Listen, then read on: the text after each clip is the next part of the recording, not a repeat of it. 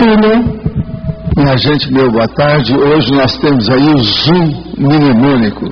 Isso é dentro da auto-retrocogniciologia. Quer dizer, a retrocognição, ou o retroconhecimento, o conhecimento anterior da própria pessoa. Sob certo aspecto, é isso aqui. Está entendendo? É isso que nós estamos falando. Agora, o que vem a ser o zoom mnemônico?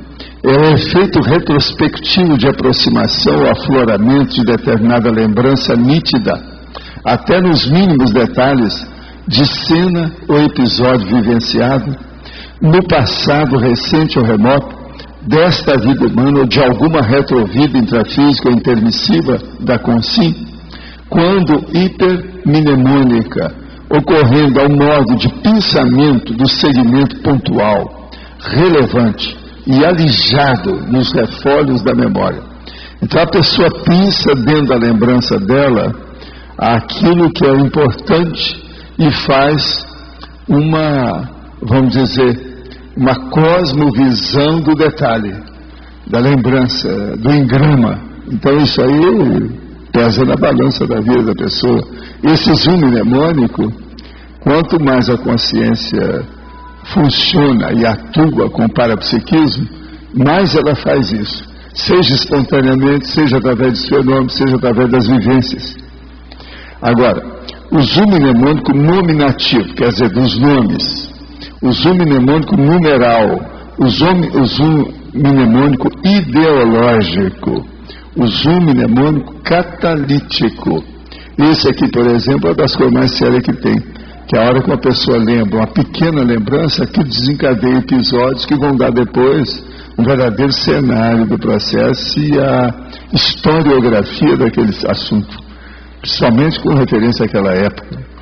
Agora, os bons hábitos mnemônicos, os potenciais inatos, a inteligência mnemônica, a autoevocação sadia, a revivência minuciosa autopersuasiva, os destravadores conscienciológicos das autopercepções, quer dizer, destravar, isso aí realmente destrava. A abertura mnemônica minuciosa, a megacognição, a polimemória, a hipermnésia, as retro-holomemórias, as retrospecções, a abertura da incubadora holomnemônica. Nós todos temos uma incubadora holomnemônica, é o processo da memória mais sério. Agora, fazer a abertura disso é que é importante. Isso que nós estamos falando lá, da linha, é justamente isso aqui. Viu? O tópico é esse aqui, ó. Aquilo que corresponde àquilo é isso aqui. Entende?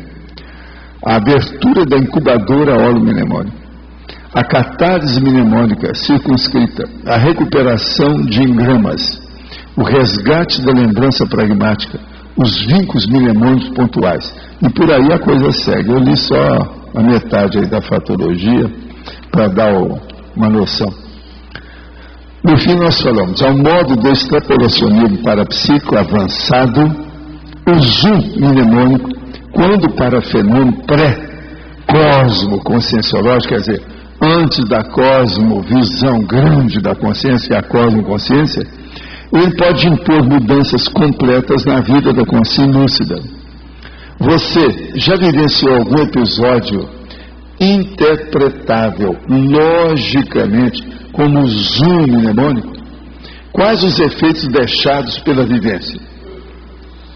Agora aqui, ó, para a Rosa, ela pode aumentar, se quiser, os crescendos e os antagonismos.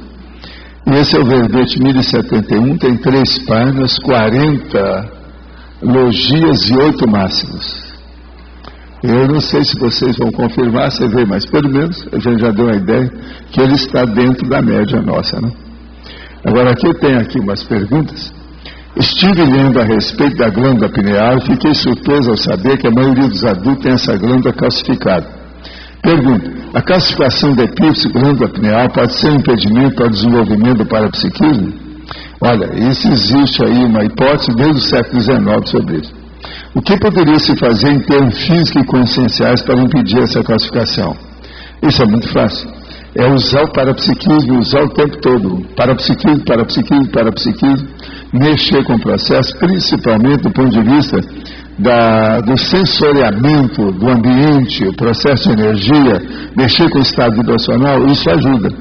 Por quê? A hora que a pessoa mexe com o estado vibracional, a vontade dela está acionando os biovortes, principalmente o superior, que é o corono chakra, o fronto chakra, e esse aqui, ó, que é da defesa da pessoa, que é o nucal. Isso aí ajuda, e em grande parte vai melhorar o processo. Agora, o problema todo é esse. O que poderia fazer em termos físico-essenciais? O problema é usar isso, eu não vejo outra saída muito grande, não. Fazer, por exemplo, projeção. A projeção ajuda muito a manter a coisa. Agora, seria bom eu lembrar aqui uma pesquisa que foi feita, uma estatística que foi feita, foi entre o século XIX e o início do século XX, que eles foram examinar entre as etnias no Oriente e o europeu. Então pegaram o indiano e pegaram o europeu típico e foram ver e chegaram à conclusão que a glândula pineal era maior nos indianos e era menor nos europeus. Isso então mostra que de algum modo deve ter uma relação. Até hoje isso ainda não foi deslindado claramente, precisa de fazer mais pesquisa. Mas, por exemplo, a glândula deve ter algum processo com processos parapsíquicos.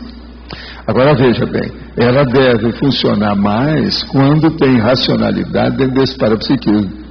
Os indianos têm maior porque eles são muito místicos, levados ao processo de religião, adoração, adoram a vaca, adoram, igual o negócio que eu estava falando aqui, o cocô do Dalai Lama, aquele negócio todo. Então isso aí tudo é terrível, muito animal ainda. Agora veja bem, isso aí funcionando com a pessoa que tem a lógica junto do parapsiquismo. Então, o negócio era também fazer uma pesquisa de todo mundo que morre desse jeito para ver o tamanho das glândulas e o que acontece com os pinealócitos, que são os processos das células aí dentro da glândula.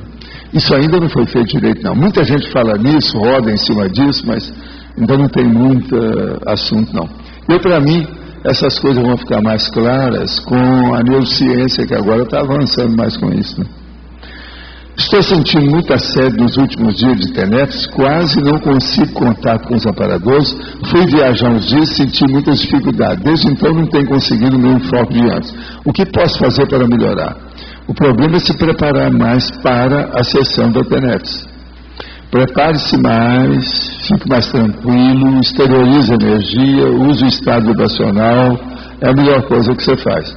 E outra coisa, diminua todos os conflitos em torno de você.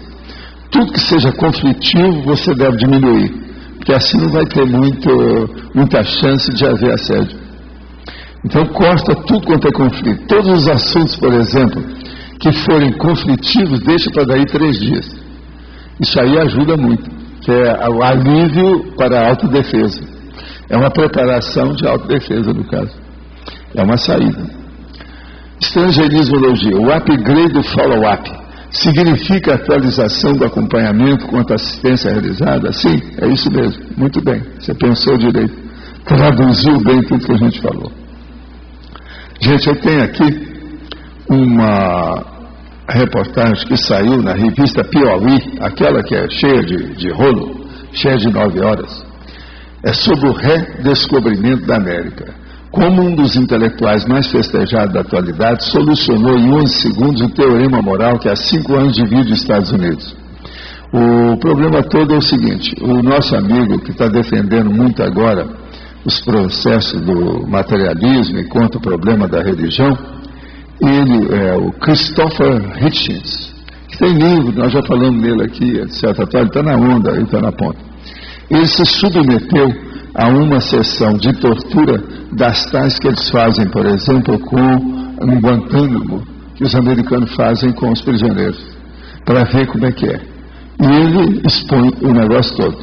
O sujeito mobilizado na maca é Christopher Hitchens, um ensaísta, crítico, jornalista, provocateur, mais arguto, insolente e carismático do momento. Agora, ele ficou besta de ver o que acontece com o negócio que eles fazem lá. Hitching descreve a sensação. Abruptamente senti uma cascata entrando no meu nariz, determinado a resistir, nem que fosse pela honra dos meus ancestrais da Marinha, que tantas vezes se viram a perigo em alto mar. Segurei minha respiração por um tempo até precisar soltar o ar. Na hora de inalar, senti o pano molhado colado às minhas narinas e não sabia mais se estava tentando exalar ou inalar. E ele encerra a narrativa com um fecho de ouro. Fui inundado pelo pânico, mais do que pela água, e acionei o sinal combinado. O sinal combinado que eles têm é aquele mesmo que deu contra lá na hora que quiseram me colocar dentro do aparelho, que aquilo aumenta meus tinnitus, ou tinnitus, que é o zumbido. O aviso evoca as recomendações habituais dadas por enfermeiros e pacientes que vão submeter a exame de ressonância magnética. Que esse negócio da ressonância magnética ajuda por um lado e piora por outro. Tem um monte de gente que está passando mal por causa desse aparelho. Eu já meti o pau nisso, em 2 hospitais que eu já fui. E eu não me submeto mais nisso. Eu falei que não, eu prefiro dessomar porque ninguém morre. Agora, não vou fazer o processo de tortura. Eu me submeti o negócio com calma. Joguei energia, tudo isso. Mas não dá para acabar com a barulhada que faz aquilo na cabeça da gente. Eu fiquei com zumbido 3 dias. Não está podendo nem dormir direito. Que eu tenho zumbido, por causa do meu acidente, principalmente do lado esquerdo. Então, o povo não vê nada disso. Vocês não perguntaram para mim se eu tinha zumbido, nada não. Eu falei assim, vem cá, vai fazer essa barulhada que está aí? Fala, não, lá na hora não tem. Que nada. Agora, no segundo exame que eu fui fazer no outro lugar, quando eu vi, eu perguntei, como é que é? Tem barulho? Eu falei, não. Precisa de entrar na tubulação? A gente tem que entrar pelo cano? Eu falei assim, não. Chegou lá na hora, tinha. Eu tiro tudo isso que eu não me submeto a esse exame. Todo mundo reconheceu. Eu tenho o processo de... Então isso é um perigo. Agora veja, a tortura aqui, eles usam isso. Se o negócio está demais, eles pedem para a pessoa parar, porque eles não querem matar a pessoa. Quer chegar perto só, mas não mata. Entendeu como é que é? É justamente o processo da ressonância magnética. E eu não vejo a medicina falar nada disso. Eles pouco ligam.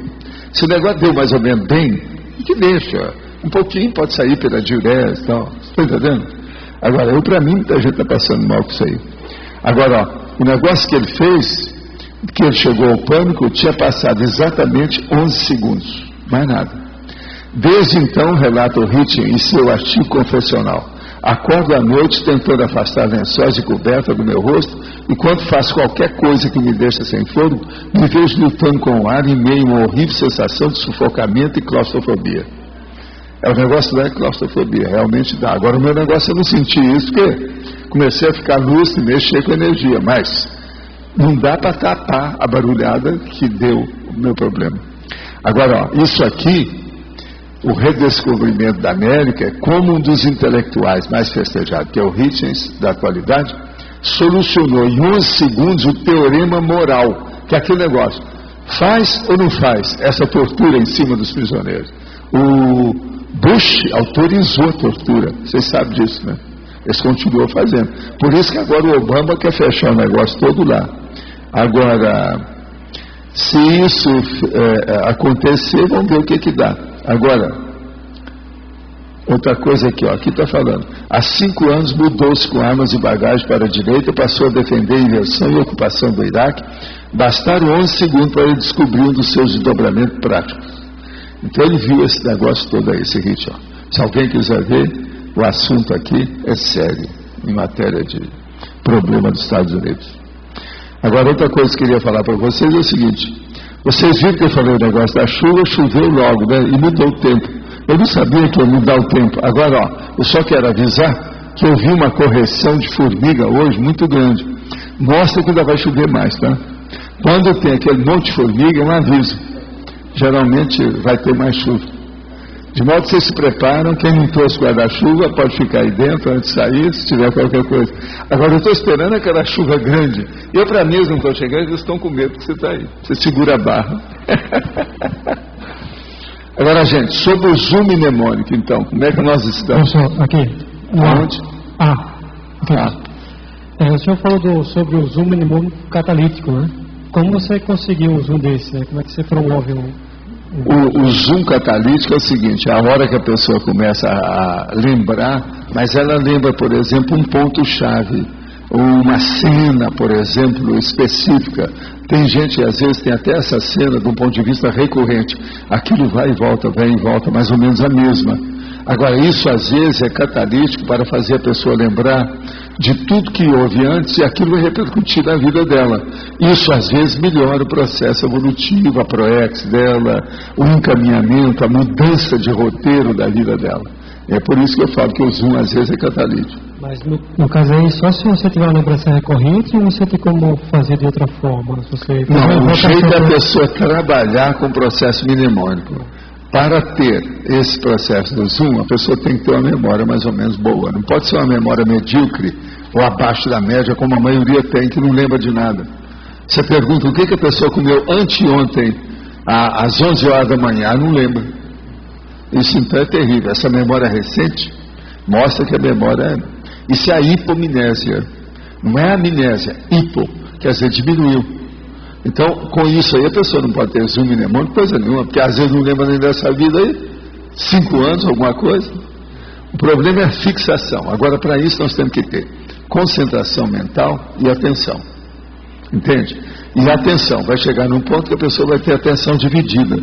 Aí, entra aquele 20 mega atributos, que é bom a pessoa estudar aquilo. E o encaminhamento disso, como é que um influi no outro. Com isso, então, há uma expansão do processo mnemônico, da memoriologia, entende? A holomnemônica, como nós chamamos. Agora, nós não podemos jamais esquecer isso. A memória vai ser um assunto cada vez mais estudado nessa vida e nas próximas vidas nossas. Todo mundo vai olhar isso mais.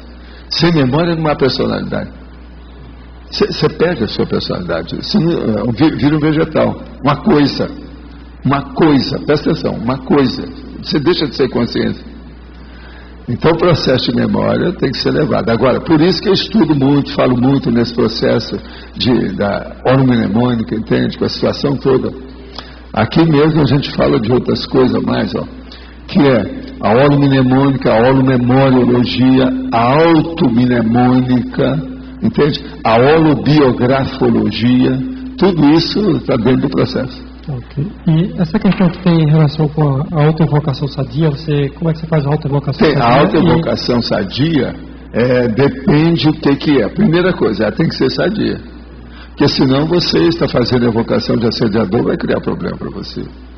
Agora, essa autoevocação sadia, por exemplo, você lembrar mesmo nessa vida, começa assim, você lembrar de pontos altos da sua vida, aquilo que mudou sua vida, aonde foi o turning point, dentro, por exemplo, da sua vida perante a família, da sua vida perante a sua carreira, da sua vida quando você se formou, recebeu algum diploma, alguma coisa.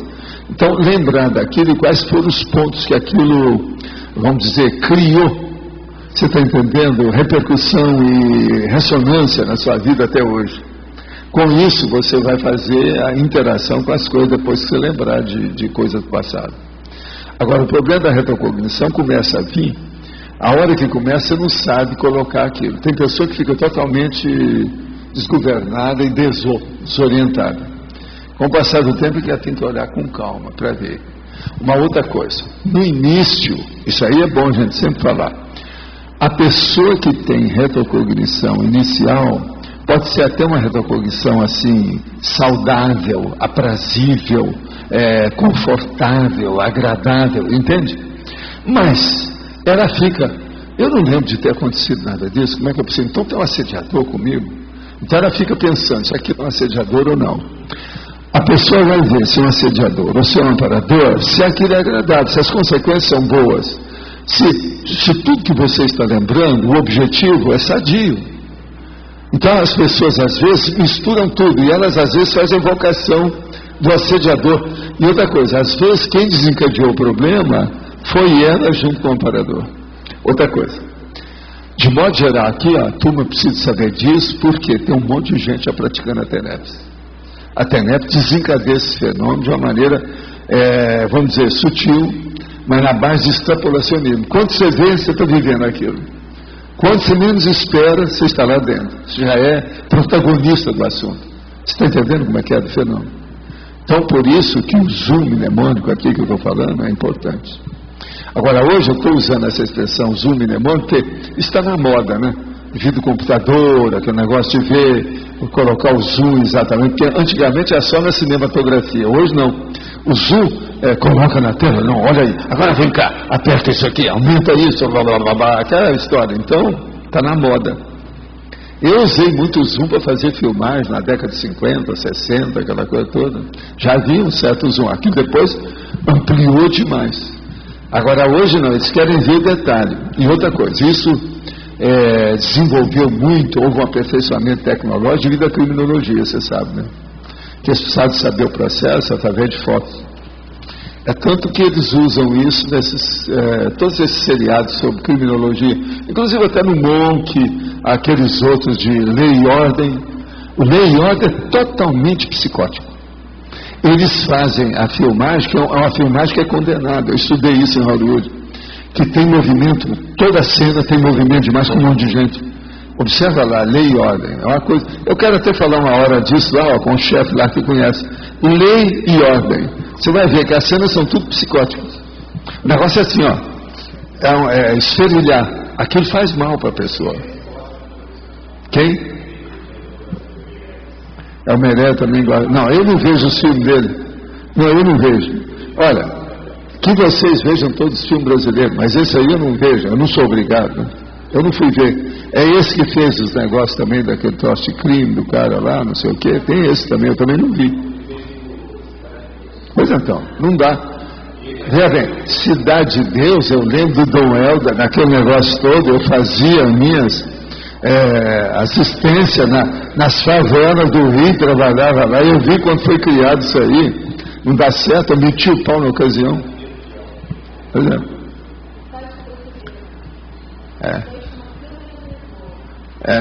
Não, isso aí é um dos nomes, mas o problema é esse, não.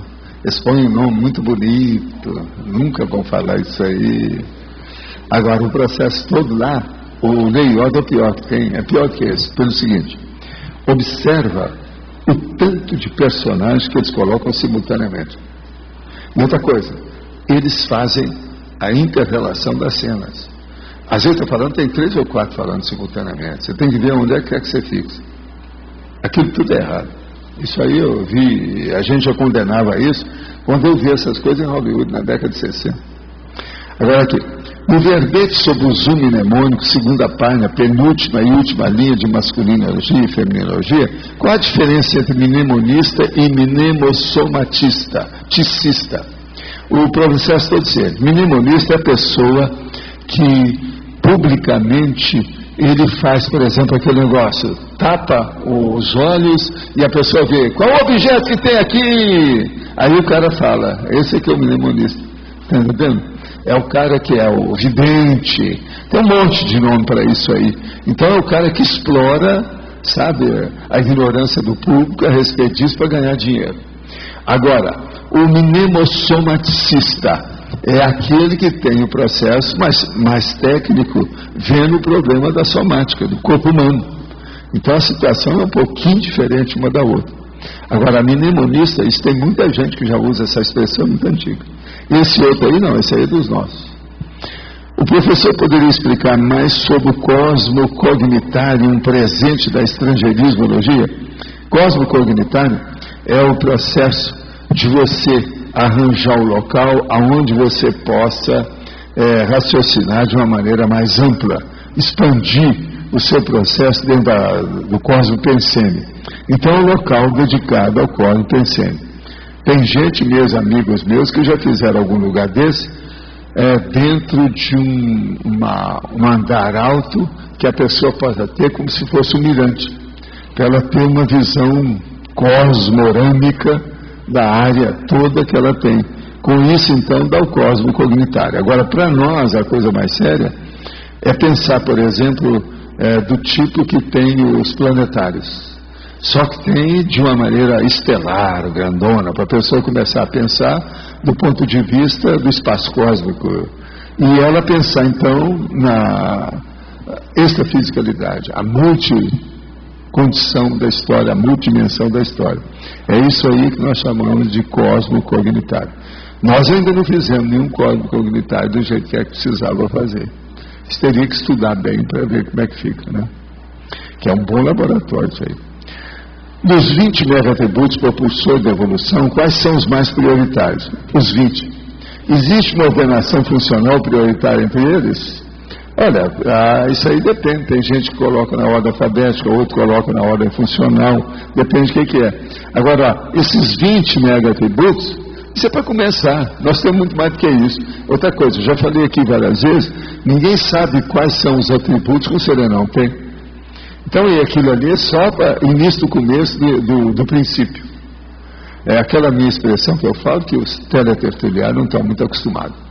Início do princípio do começo, que é para fixar o processo. Então está começando mesmo, está engatinhando. Vamos entender isso aí. Então o problema para nós é isso. Agora, nós mesmos podemos acrescentar mais atributos naqueles lá que tem. Eu já falei isso aqui.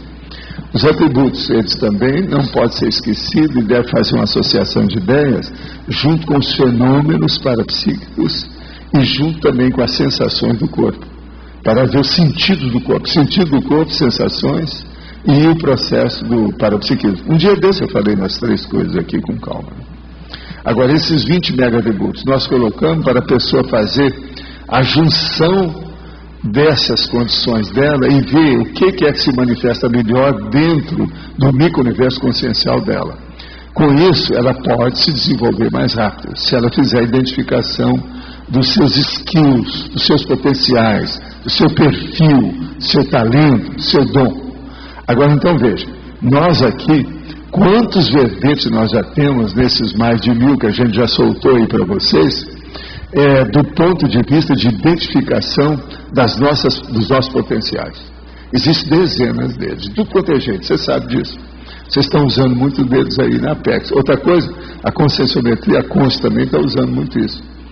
Então, é importante a gente identificar o que nós somos. O que você é? Agora, começando, Natan, a sua idade é que seria ideal. É ver ainda quando a pessoa está jejuna. Ela ainda não constituiu o cérebro inteiro. Você sabe que você tem um meio cérebro só, né? Não é subcérebro, é só meio cérebro. Está muito novo. Agora veja, tem que começar aí, que assim você vai fixar mais o processo. E colocar isso do Toshiba aí. Isso vai ajudar. Diga o Toshiba. Professor Valdo. Sim. Aqui. Professor Valdo, aqui na terceira linha tem a inteligência mnemônica na fatuística. Na fatologia, aliás. Sim, a inteligência mnemônica, sim. Como é que é essa inteligência? A inteligência mnemônica é aquela que eu sempre tentei ter na minha vida. Sempre dei muita atenção para a memória. Foi assim que a hora que eu deixei lá a minha dieta, eu descobri o negócio. Eu demorei 5 anos para recuperar. Porque eu esqueci o formato da letra 8, do número 8, que é um infinito em pé. Você veja bem, é uma coisa esquisita isso aí. Agora veja, isso aí é uma disgrafia, tem outros nomes que eles colocam, né? É pior, né? Mas é uma disgrafia, várias do ponto de vista neurológico. Agora eu recuperei isso, você está entendendo? E o processo da hipomnésia é um fato, que eu nunca tinha tido nada de memória, você está entendendo? A hora que eu comecei a falhar com a memória, eu achei esquisito. Aí comecei a mexer, quando eu vi, eu comecei a fazer exercício, esqueci do formato da letra 8. Falei assim, estou muito doente, teve alguma coisa comigo, preciso ver o que foi. Aí eu descobri. Então veja, isso é a minha preocupação com o processo da memória. Agora, por que isso? Esse meu preceptor, o professor Vicente Lopes Pérez, ele batia na mesa assim, ó. Você precisa melhorar sua memória. Leva para casa e faz esse exercício. E dava aquele monte de coisa. Se a pessoa não tinha memória, não tinha jeito. Agora, pior da história. Havia um vizinho dele, que de vez em quando aparecia lá, que ele colocava, que era muito mais velho que a gente, e ele era epilético. Mas epilético já tinha alterado a cabeça dele. Esse não tinha memória. Então, na hora que o nosso amigo não estava lá, ele chamava Rivalino. Eu gostava muito dele, meu amigo, meu colega de infância, mas muito mais velho que ele, já tinha mais de 30 anos. Então, a hora que o Rivalino estava lá, ele virava para o aluno e falava assim: você quer ficar igual ao Rivalino? Com o dedo assim no nariz. Aí a criança ia para casa e estudava tudo quanto era coisa de memória, porque ninguém queria ficar igual ao Rivalino. E ele era bom, o professor tratava ele melhor, com muito mais distinção do que todo mundo. Entende? Agora, eu de vez em quando via a equipe dele, porque nem sempre era assim, porque ele dava aula em particular, um por um, entende? Mas a sala dele lá cabia alguns alunos. E o Rivalino sempre deixava lá, gostava, para ter contato. Ele morava perto. Então, isso aí me deu muita força em matéria de memória.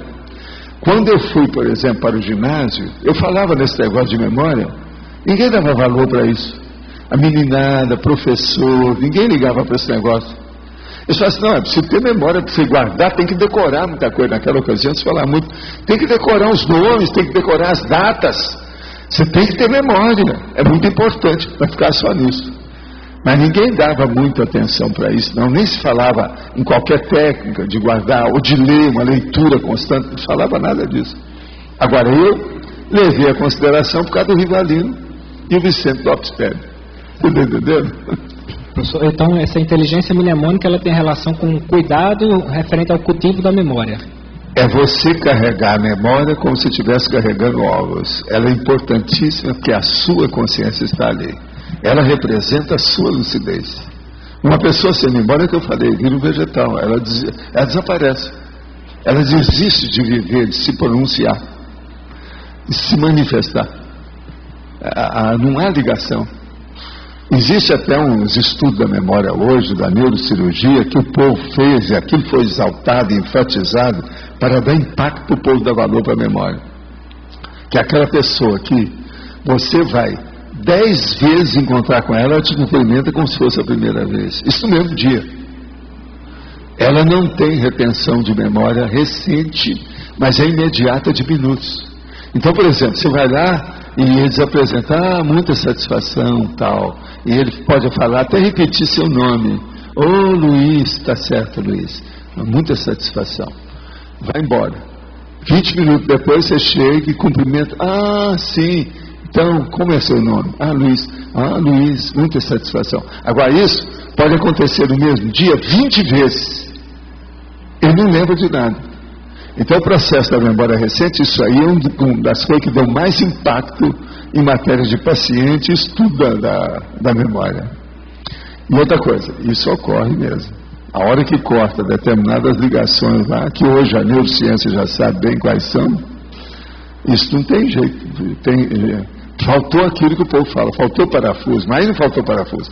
Faltou peça, parafuso, óleo, arruela, uma porção de coisas junto, o negócio, talvez até chave de fenda interna, que a gente não sabe se tem.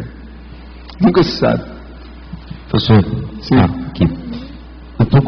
Fiquei com uma dúvida aqui na página 39, na crescendologia, que o senhor fala estereogramática zoominemônico.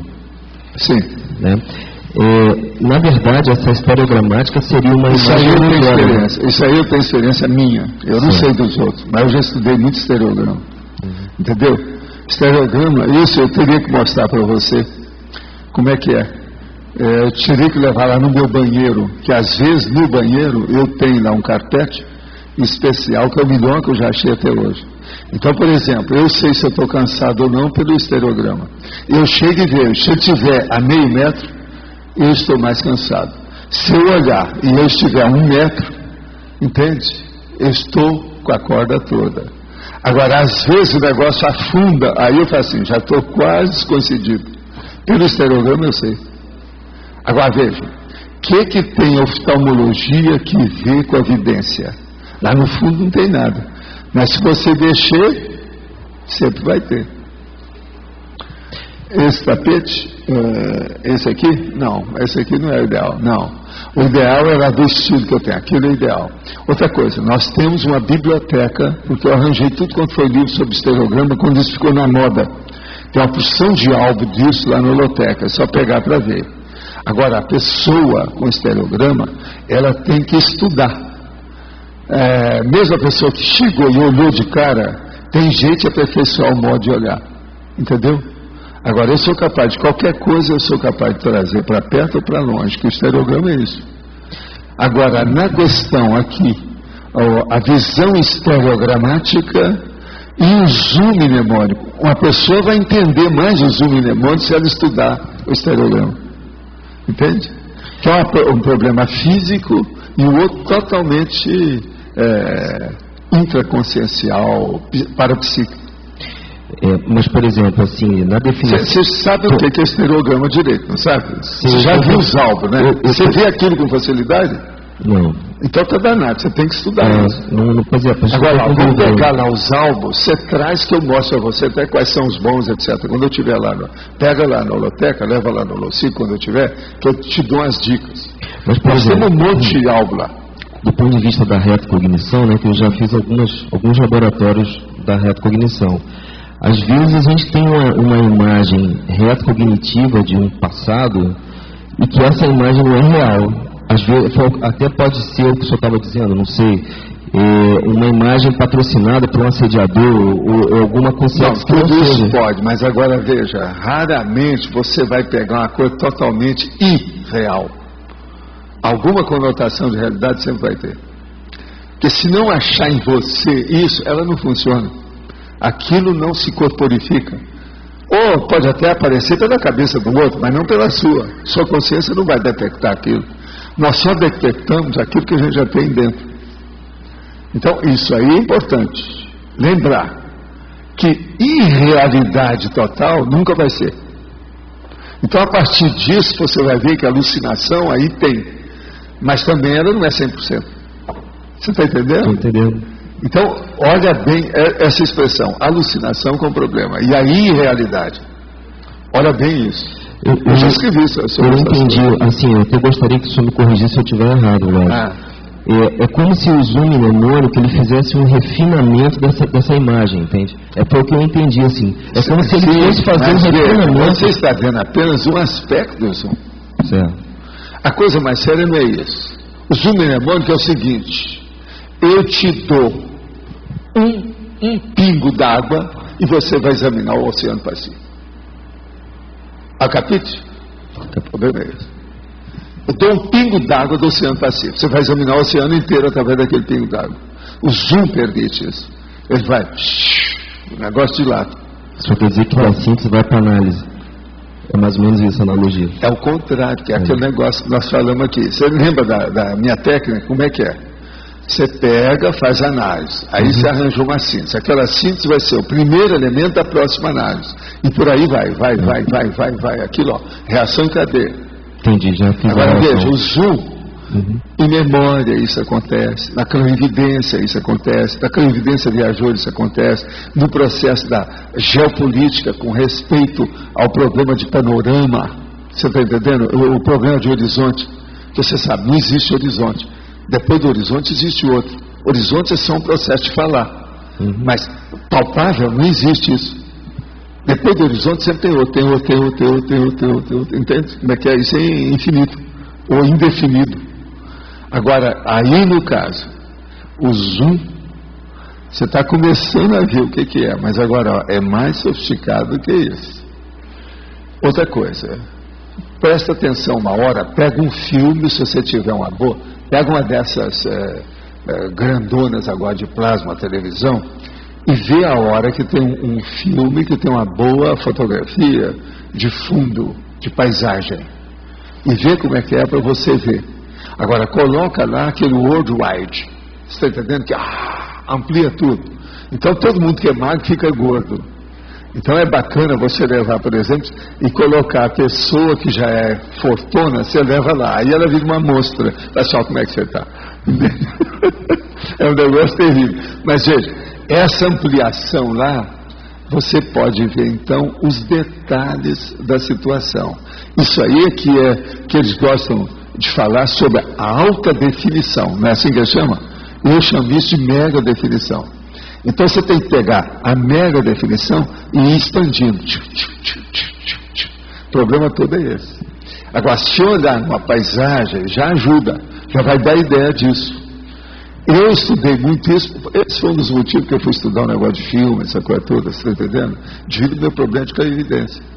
Eu sempre julguei uma coisa com outra, associação de ideias. Aquilo que você vê com os olhos, a gente tem que ver com os para-olhos. Muito mais. Então, mas tem que partir daí. E outra coisa, lá dentro da sua cabeça, a sua cachola, o que você tem de bagagem, o seu reservatório é o mesmo. Tem que servir para para os olhos, tem que servir para os para-olhos. Senão não adianta. Se você não teve experiência daquilo, se não há um recurso ali para servir de padrão, de paradigma, para embasar o seu processo de abordagem, você não vai entender nada. Aquilo vai ficar no espaço. Vão te puxar o tapete. É uma coisa que você ignora, então não resolve. Nós não podemos entrar em nada que seja absolutamente ignorância nossa. Você tem que saber alguma coisa para começar o negócio e desencadear o processo. Senão você não estabelece a comparação. E se você vai estabelecer, você vai criar um processo que não é empírico, é fantasioso, é imaginativo. Isso não resolve.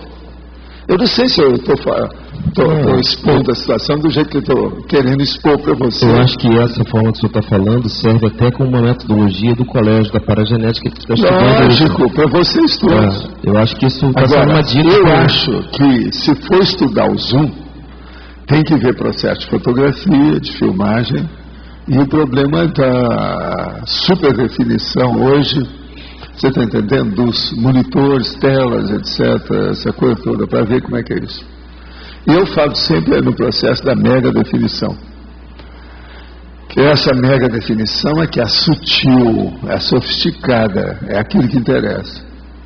Agora, outra coisa também é ver como eles estão usando isso na criminologia. Que a pessoa viu, coloca aquelas fotos e eles deixam na parede. Você viu como é que é?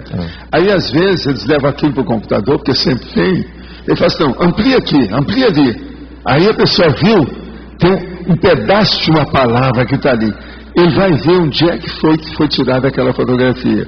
Às vezes não corresponde àquilo que o povo está interpretando. Ele vai localizar, identificar geograficamente o lugar por causa de uma coisa que está ali escrita. Às vezes é um anúncio comercial, é uma legenda de uma casa comercial na frente, um pedaço. Entende? Então isso aí tudo é o problema do Zoom. Agora, uma outra coisa também boa de ver é o processo do binóculo e telescópio, para a pessoa ver o que é isso. Uma outra coisa também boa é ver o problema do todo aquela mudança que tem. Isso aí é baratinho, né? Eles vendem até aqui em Foz, eu acho que lá no Paraguai, o caleidoscópio. É bom a pessoa ver o que é um caleidoscópio. Tudo isso é dentro do processo de olhar, né? É o problema do olho. Então, agora outra coisa, você agora que está estudando isso, você vai ver uma coisa, você vai ver que a maioria de nós todos não sabemos enxergar nada. A gente vê, mas não enxerga. Isso é uma regra. Você vai ver com o tempo. É duro da gente enxergar as coisas. Aqui no B. No caso das retrocognições, aqueles flashes de vidas, de outras vidas que vem, como que contextualizar essas coisas e situar isso na nossa atual? Não, eu não tenho muita saída para isso não. Só existe um encaminhamento nisso que eu vi falando. Você viu o flash, você anota. Vê outro flash, você anota. Às vezes vem 27 flashes, você anota tudo. Fica lá de olho. Se não apareceu mais nada, você procura conjugar um com o outro para ver se aquilo é igual. A recorrência é diferente, o cenário é o mesmo. Qual é o objetivo? Outra coisa, qual a sensação que você sentiu com aquilo? É muito importante ver a vivência da pessoa na hora do flash. A maioria esquece isso. Agora veja, raramente, depois de algum tempo, a pessoa só fica com flash. Quase sempre vem um episódiozinho. Então, aquele flash começa a aparecer um cenário com alguma coisa que apareceu. Então, vem um pequeno mini capítulo, um pequeno episódiozinho da história. Daí a pouco aquilo aumenta. Aí vem outro episódio, vem outro episódio, vem outro episódio. Aí você fica, bolas, o que tem isso que ver? Tem relação? Aí você anota tudo. Às vezes você vai começar a ver as inter-relações. Lá pelas tantas, o negócio começa, o puzzle Fica óbvio. Você começa a ver a paisagem, o que é, o interesse, de que modo que foi, o personagem que entrou, aquele outro que entrou, por que teve, e outra coisa. Aí você pode começar a estudar a cronologia. Quando é que aconteceu isso? Depois, a geopolítica. Aonde foi isso? E aí você vai ver a historiografia do processo da lembrança. A dificuldade... Agora, às vezes, você vai demorar anos para ter o primeiro completo, que vai te dar uma convicção inabalável. Que não adianta um povo falar. Você vai chegar a conclusões que não tem saída. A dificuldade maior é quando tem um flash, parece que é uma coisa instantânea, é um episódio. Só que depois, parece que a gente vai tendo isso, a gente vai vendo contexto, local, tudo. Mas ao mesmo tempo, eu tenho dificuldade de achar o que é fantasia que está sendo criado. Agora, existe uma outra coisa. Já que você está falando, mesmo, já que você está falando de fantasia, existe agora uma outra coisa que são os complementos disso que eu ainda não falei aqui. O zoom é um zoom. Nós não saímos disso. Isso. Agora eu vou sair disso. Vamos pensar. O que acontece? Quando a pessoa começa a ter zoom e ela começa a estudar o processo mnemônico com maior profundidade, ela vai mexer na cabeça dela. Isso vai mexer principalmente na hipnagogia e vai criar fantasias. Mas veja, ao mesmo tempo que vai criar fantasia para ela, os episódios da situação vai dar mais retrocognição para ela.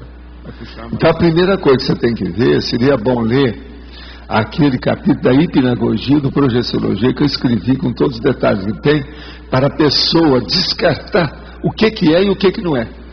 Para ela ver o que é fosfeno, o que é que acontece nos processos da ilusão, do problema de ver, ilusão de ótica, entende? Isso tudo tem que ver.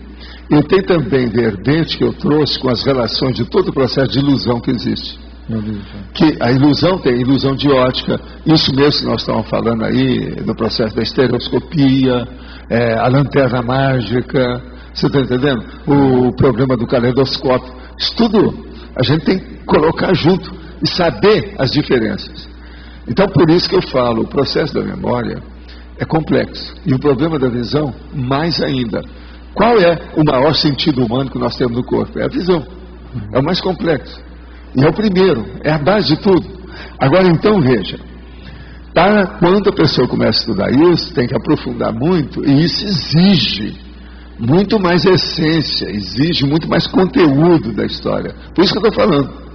Agora, a questão da hipnagogia, no seu caso aí, é bom você levar isso em consideração. Depois que você viu, admitiu, está convicto de certas coisas, daquilo que acontece, que pode ser positivo e pode ser alterado, pode ser da imagética e pode ser da imagística, você pensa então na hipnopompia. É porque assim, sempre que eu penso no caso de um flash específico que eu tive, se eu pensar em qualquer detalhe daquele lá, eu consigo ampliar aquele detalhe. Mas eu não sei se é hipnagogia. Isso, eu não sei se é hipnagogia. Coisa da... Mas vai chegar um ponto que você, na hipnopompia, você vai ver a coisa, você não vai poder aumentar nada. É igualzinho que o negócio, quando a gente sai do corpo, que eu jogo energia, e o cara vai, não adianta você julgar, eu sou assim mesmo. Você está entendendo? Sim. Você não vai mudar. Então aí te dá plena convicção da realidade. Mas veja, aí vem um plus, vem um mais, um algo mais, um must, entende? Um pós-fácil muito sério, que é o problema da aparição hipnopômpica. Que às vezes vai aparecer um amparador, etc., vai falar alguma coisa, ou alguém conheceu, aí já ampliou o seu processo de clarividência. Porque quem começa a estudar, do jeito que ele está estudando, se ele começar a estudar, querendo ou não, vai mexer na clarividência dele. Isso é inevitável, uma coisa puxa a outra. Agora, a aparição hipnopômpica, eu ainda vou trazer ainda verbete aqui oportunamente, quando for, ela é simplesmente impressionante. É uma mensagem. E outra coisa, você vê bem claro e não gasta muita energia, por isso que eles conseguem fazer logo de início na pessoa. Que a hora que a pessoa está descoincidida, está dormindo, às vezes já passou para o terceiro sono, eles vão preparando a energia. Na hora que chega, tem um amparador que ajuda e a consciex fica lá. Não é às vezes a consciex conseguiu fazer aquilo, não. É quem tem manuseio e vivência com a consciência que tem, que é o amparador dela. Então, por exemplo, comigo, é o numerador que faz isso através das pessoas. Por exemplo, a titia, lá minha tia Alcina, ela apareceu uma vez, eu estava em New York. Depois ela apareceu para mim aqui. sozinha, mas totalmente dominando o assunto com calma. Agora depois, lá, né, quando ela apareceu sozinha, ela mandou a mensagem para mim, assim que eu notei direitinho, pela telepatia: eu vou trazer o João Carlos. Agora, passou uma temporada, uma manhã eu acordei, quando eu olhei, estão os dois lá assim, bem fixados. E ele bem tranquilo, sem nada, não estava doente, não estava mais nada. Que era o marido dela, o último marido dela. Você sabe, né, o João Carlos. Agora, então, você veja, isso é o processo da hipnopompia. Agora, é a hipnopompia que parece que ela consegue, parece que está materializada na sua frente. Agora, a pessoa, para chegar num ponto desse, ela tem que já ter estudado, porque senão, em vez de ajudar, piora tudo. Se uma pessoa aparecer com essa tangibilização na frente, a pessoa vai começar a ter medo de tudo. Ela não vai querer dormir mais naquele quarto, ela não quer ficar mais naquela casa. Isso tudo eu já vi. Já tive que atender gente com essas coisas todas. É um problemão.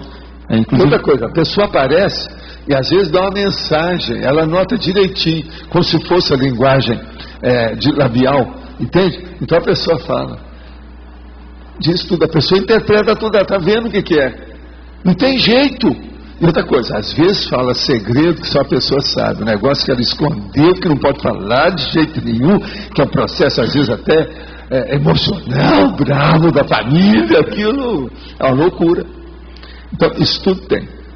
Agora, esse da hipnopompia, eu vi um monte de gente assim. Inclusive, esse flash que eu tive foi na hipnopompia. Porque esse a gente não gasta muita energia e nem também sacode a sua vida. Não abala. Você está entendendo? Porque tem fenômeno que abala, que cria problema por causa da ectoplasmia. Esse aí não. Você vê, ele é completo, dá um bom conteúdo de manifestação, de comunicação, e ele não cria qualquer consequência negativa depois. Se a pessoa souber, né? Se ela for mais veterana no assunto. Por isso que vale a pena. Isso veja bem, aparição hipnopômpica, que é o que eu chamo. É das coisas que a gente tem que estudar mais aqui. Muita gente vai passar por isso devido a TENEPS. Isso é inevitável. Agora, outra coisa. Quando a pessoa começar a ter uma opção de coisa dessa, ela vai se preparar. Se ela já faz TENEPS há muitos anos, ela vai entrar para o processo do FIEX. Isso aí, uma coisa puxa a outra. É o meio termo da evolução, do desenvolvimento natural do parapsiquismo. Entende? Valdo? Sim. Aqui na politicologia, eu queria entender o uso que você deu. A lucidocracia é a sua. Pois é. Você não defendeu no Congresso? Mas então, eu quero entender a relação que você está dando aqui da lucidocracia com... Como é que é? Se a pessoa não for lúcida dentro de uma lucidocracia, você acha que ela vai estudar zoom mnemônico? Tem que ter lucidez. Numa democracia qualquer aí, ou numa regime político qualquer, ninguém está pensando nisso. Eles dão um chute nesse processo de parapsiquismo. Agora, com a lucidez a coisa melhora. Eu falo muito em consciência lúcida, que é da lucidocracia sua. A lucidocracia também fala na conscienciocracia, que é a da Cognópolis. Por exemplo, a Cognópolis lá de Portugal. Você está entendendo? Certo. Lá é isso, é a conscienciocracia. O regime que está lá. O regime nosso aqui, ó, do bairro aqui, que eles estão chamando bairro do saber, a Cognópolis. É a cogniciocracia, é a parapsicocracia, é a conscienciocracia, é a lucidocracia, é a evoluciocracia, tudo é a mesma coisa. Tá certo. Você não está com ciúme porque nós estamos usando a expressão. Não, então tá, obrigado. Tá tranquilo. Você está querendo saber mesmo, né? Não, eu uso muito essa expressão há muito tempo. Lucidocracia. Isso é antigo. Agora tem uma opção de gracia. Só olhar nos verbetes que você vai ver. Tem mais. Tem um monte. Impercebível. Tem umas que não são suas, são outros, né? A asnocracia não tem nada a ver com você. É o contrário disso. Tá certo? E eu uso muito também. Valdo, pode falar. Na estrangeirismologia, sim, o segundo item ali, que é os megafocos esquecidos nos gigabytes da memória pessoal. Eu queria entender o seguinte, como é que a gente pode saber se tem megafocos mais sérios, esquecidos, que podem ajudar no megafoco de hoje? Olha, a coisa é a seguinte, muitos desses megafocos a pessoa esquece porque ela sepultou o assunto. devido ao problema patológico. Então isso aí tem que ver cada caso, a pessoa vê o que acontece. Mas eu estou lembrando aí, porque se a pessoa for estudar mais, desenvolver, ela vai pesquisar aqui, ela vai pensar isso aí para estudar. Mas muita coisa é porque sepultou, acobertou. Que é aquilo que eu chamo, é aquele quarto fechado, trancado, se ela tem a chave. Entende? Nos refólios da memória, é assim que eles falam, né? Bom. Sim. Pode. Professor, em relação ao zoom mnemônico e à interassistencialidade, como a gente poderia fazer uma relação direta?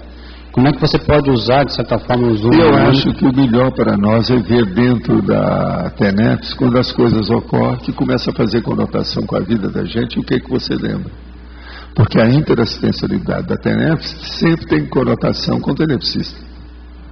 Então aí é que vem as relações, e aí é que aumenta também o processo mnemônico.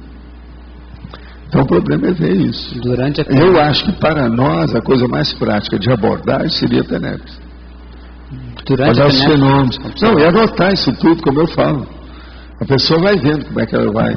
Não, eu em fevereiro estava assim, em abril já estou assim, agora em agosto já estou assim. Já andei melhorando. Tem uma opção de coisa, de fenômeno ter aumentado comigo. Porque a tendência é aumentar os fenômenos. Pelo seguinte, nós temos que pensar isso seriamente. O amparador da TENEPS, ele não está preocupado com os fenômenos que ocorram. Ele está preocupado em uma assistência eficaz àquelas consciências. Entende como é que é? Então, na hora que aquela assistência exige o fenômeno aparece. E o tenepsista é que tem que olhar se aquilo interessa para ele ou não, porque quem está aqui no obscurecimento, na obscuridade, somos nós. Nós é que estamos nessa dimensão. O amparador está no outro. Então, ele não está perturbado, nem preocupado, e a intenção básica dele, o megafoco dele, não é processo fenomênico. Então, o tenepsista deve anotar tudo aquilo que foi importante para ele, para fazer uma associação de ideias oportunamente, para ter uma visão panorâmica maior. Porque numa assistência ele pode acabar usando também o zoom mnemônico para poder acessar mais informações da própria consciência. Não, aí quando vem é quando é caso mais sério que precisa fazer o rapport. Então, por exemplo, você é um tenepsista, eles chegam lá e a consciência está ali. Você atendeu uma, duas ou três, mas aquilo tudo era do segundo, terceiro escalão.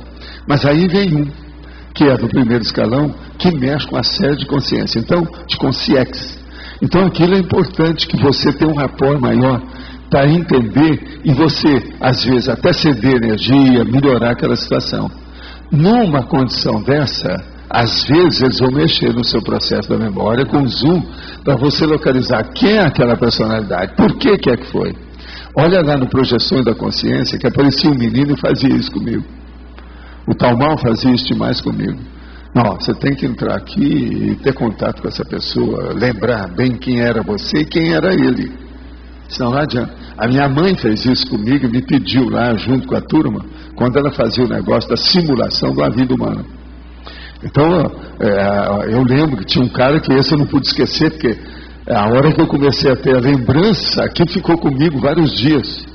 E ele era um personagem da corte que eu conheci. E ele estava todo, enfartelado, de acordo que era, um alto nível lá da monarquia. E eu era um cara que fazia pesquisa, que estudava, mexia no negócio, eu era um professor. Mas ele gostava de mim.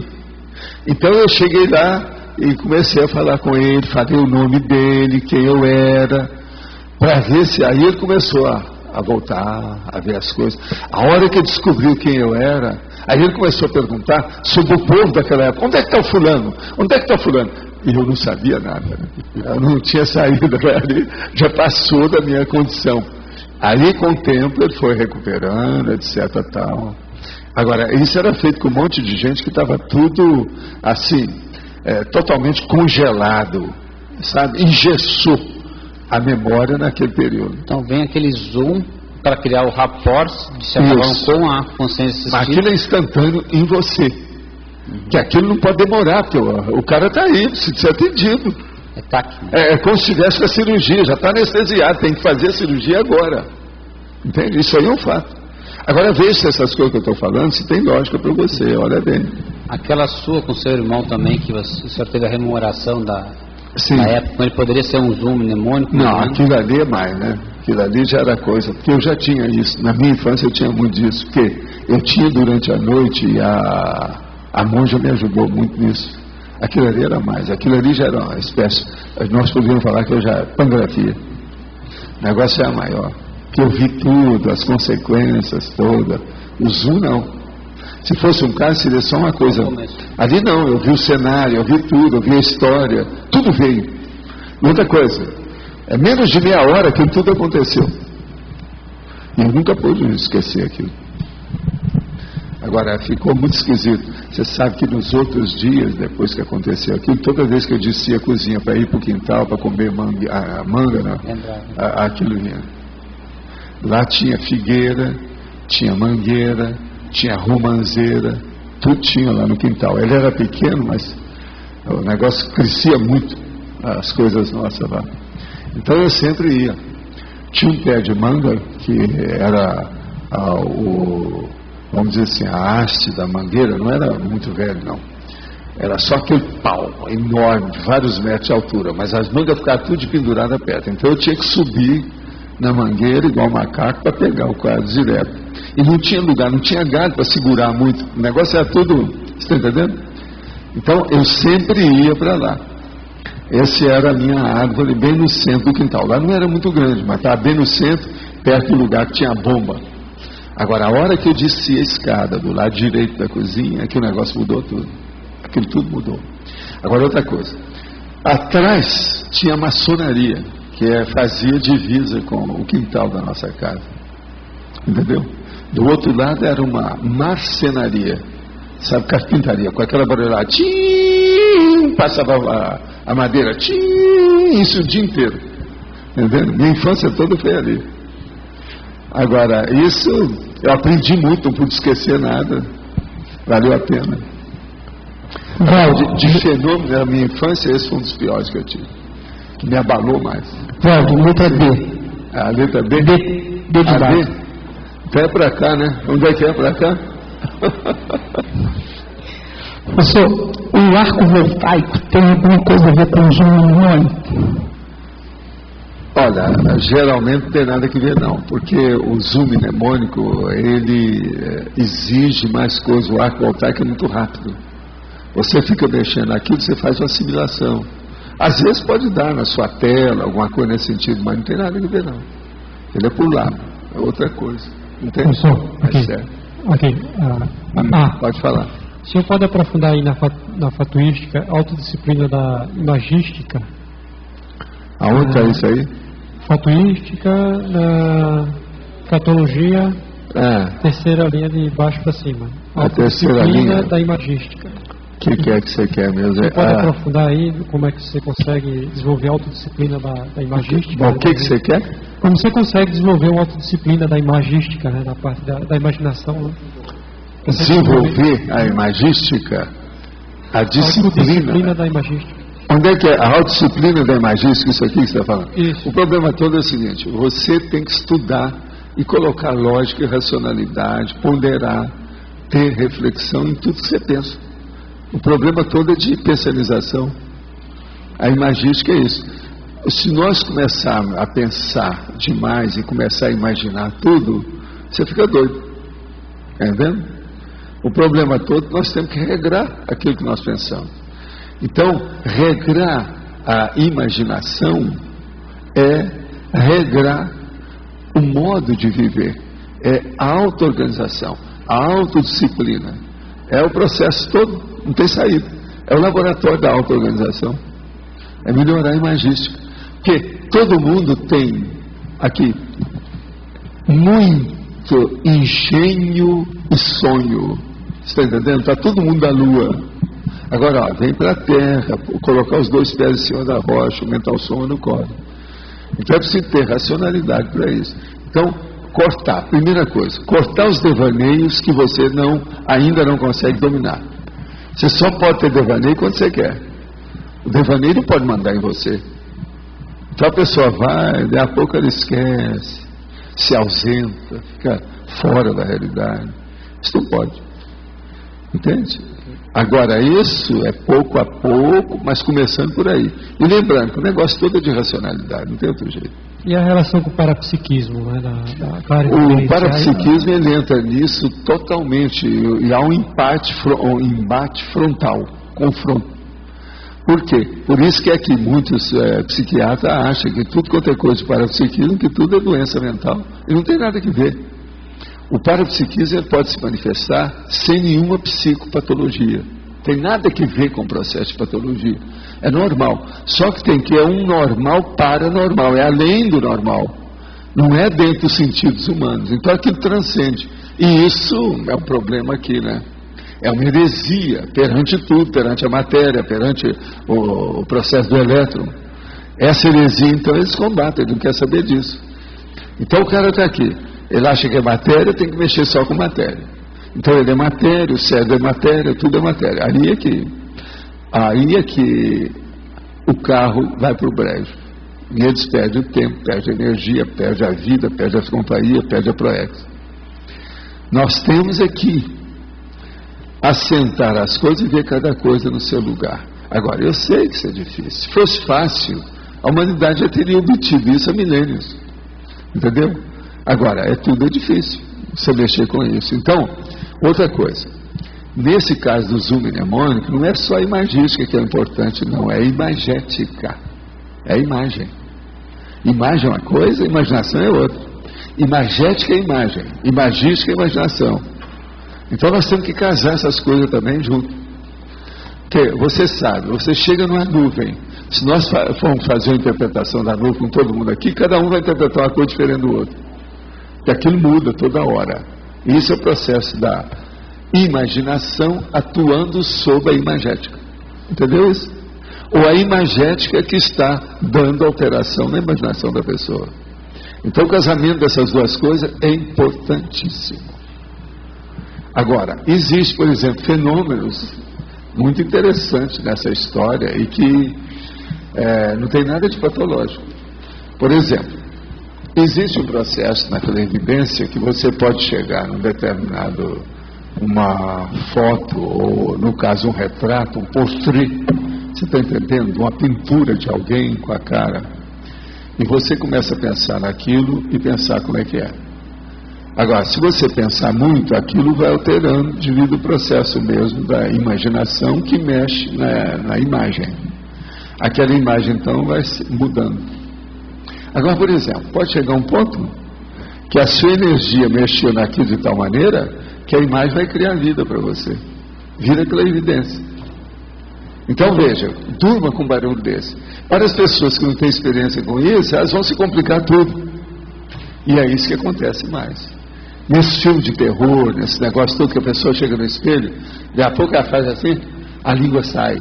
Ou acontece um negócio todo no espelho que ela vê. Isso tudo são as bobagens que tem. Essa técnica de espelho, por exemplo, isso existe há séculos. Entende? Porque espelho é uma coisa mais antiga.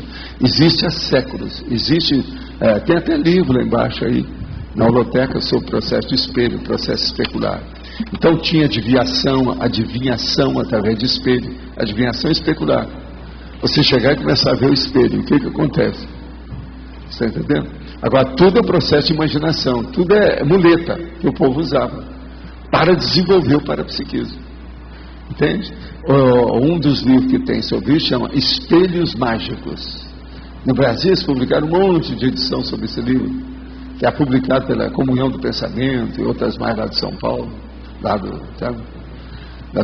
E você fazer clarividência você mesmo no espelho, porque eu já tive uma experiência assim, né, e consegui ver Pois é, mas o problema é que o espelho, ele nem sempre é o ideal, não. O ideal é a coisa interna da pessoa, sem precisar de macete nenhum exterior. Se a pessoa puder superar isso e usar sem muleta, é melhor. Entende? Porque todos esses objetos acabam sendo muletas, entende? Do jeito que tem essas muletas todas que eles usam no parapsiquismo. Lê a carta, lê a mão da pessoa.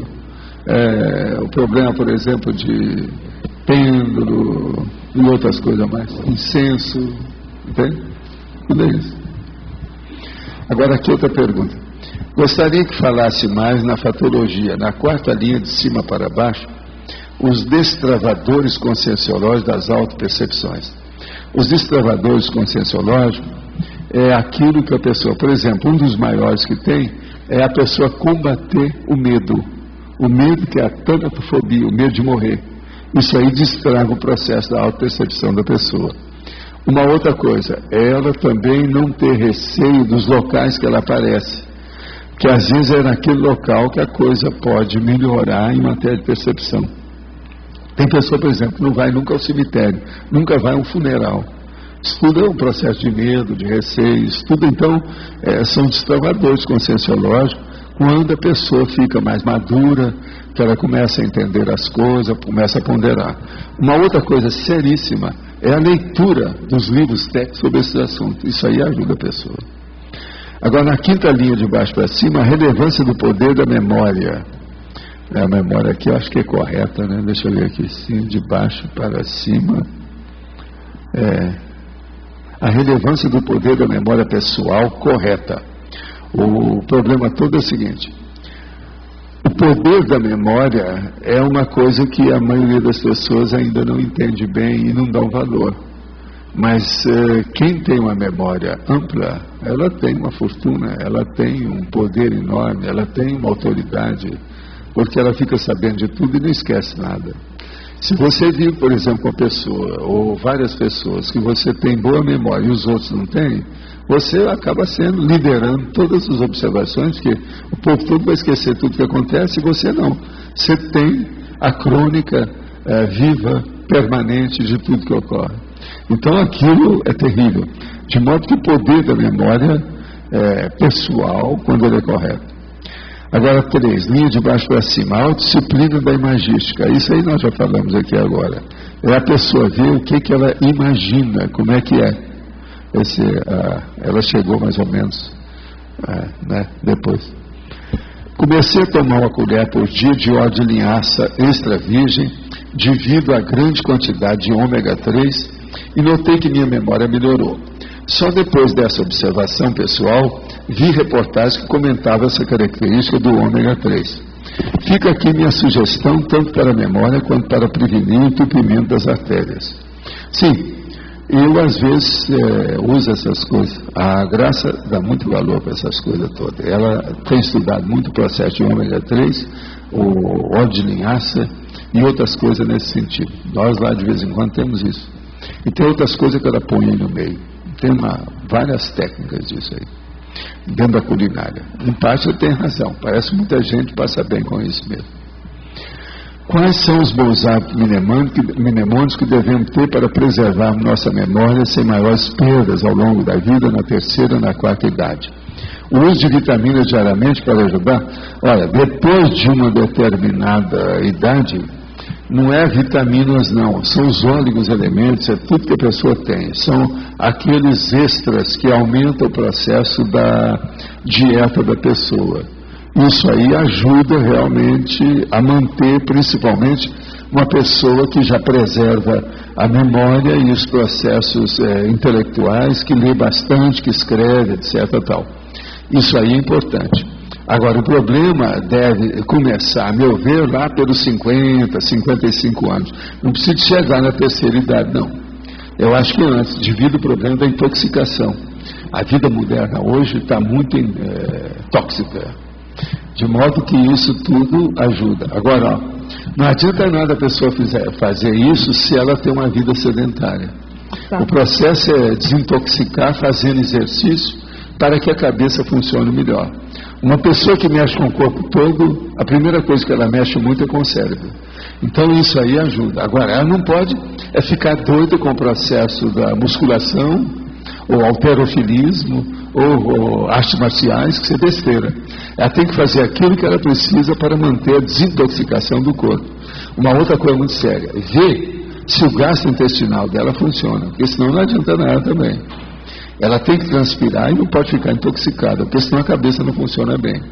Uma pessoa, por exemplo, ficar com constipação intestinal, não há elaboração de pensamento correto. Por isso que muita gente fica obumbrado, obnubilado, eles não sabem por quê. É aquele cara que passa 4, 5 dias sem ir ao banheiro. Então isso aí é um problemão. Entende? Cria problema por causa da intoxicação cronificada.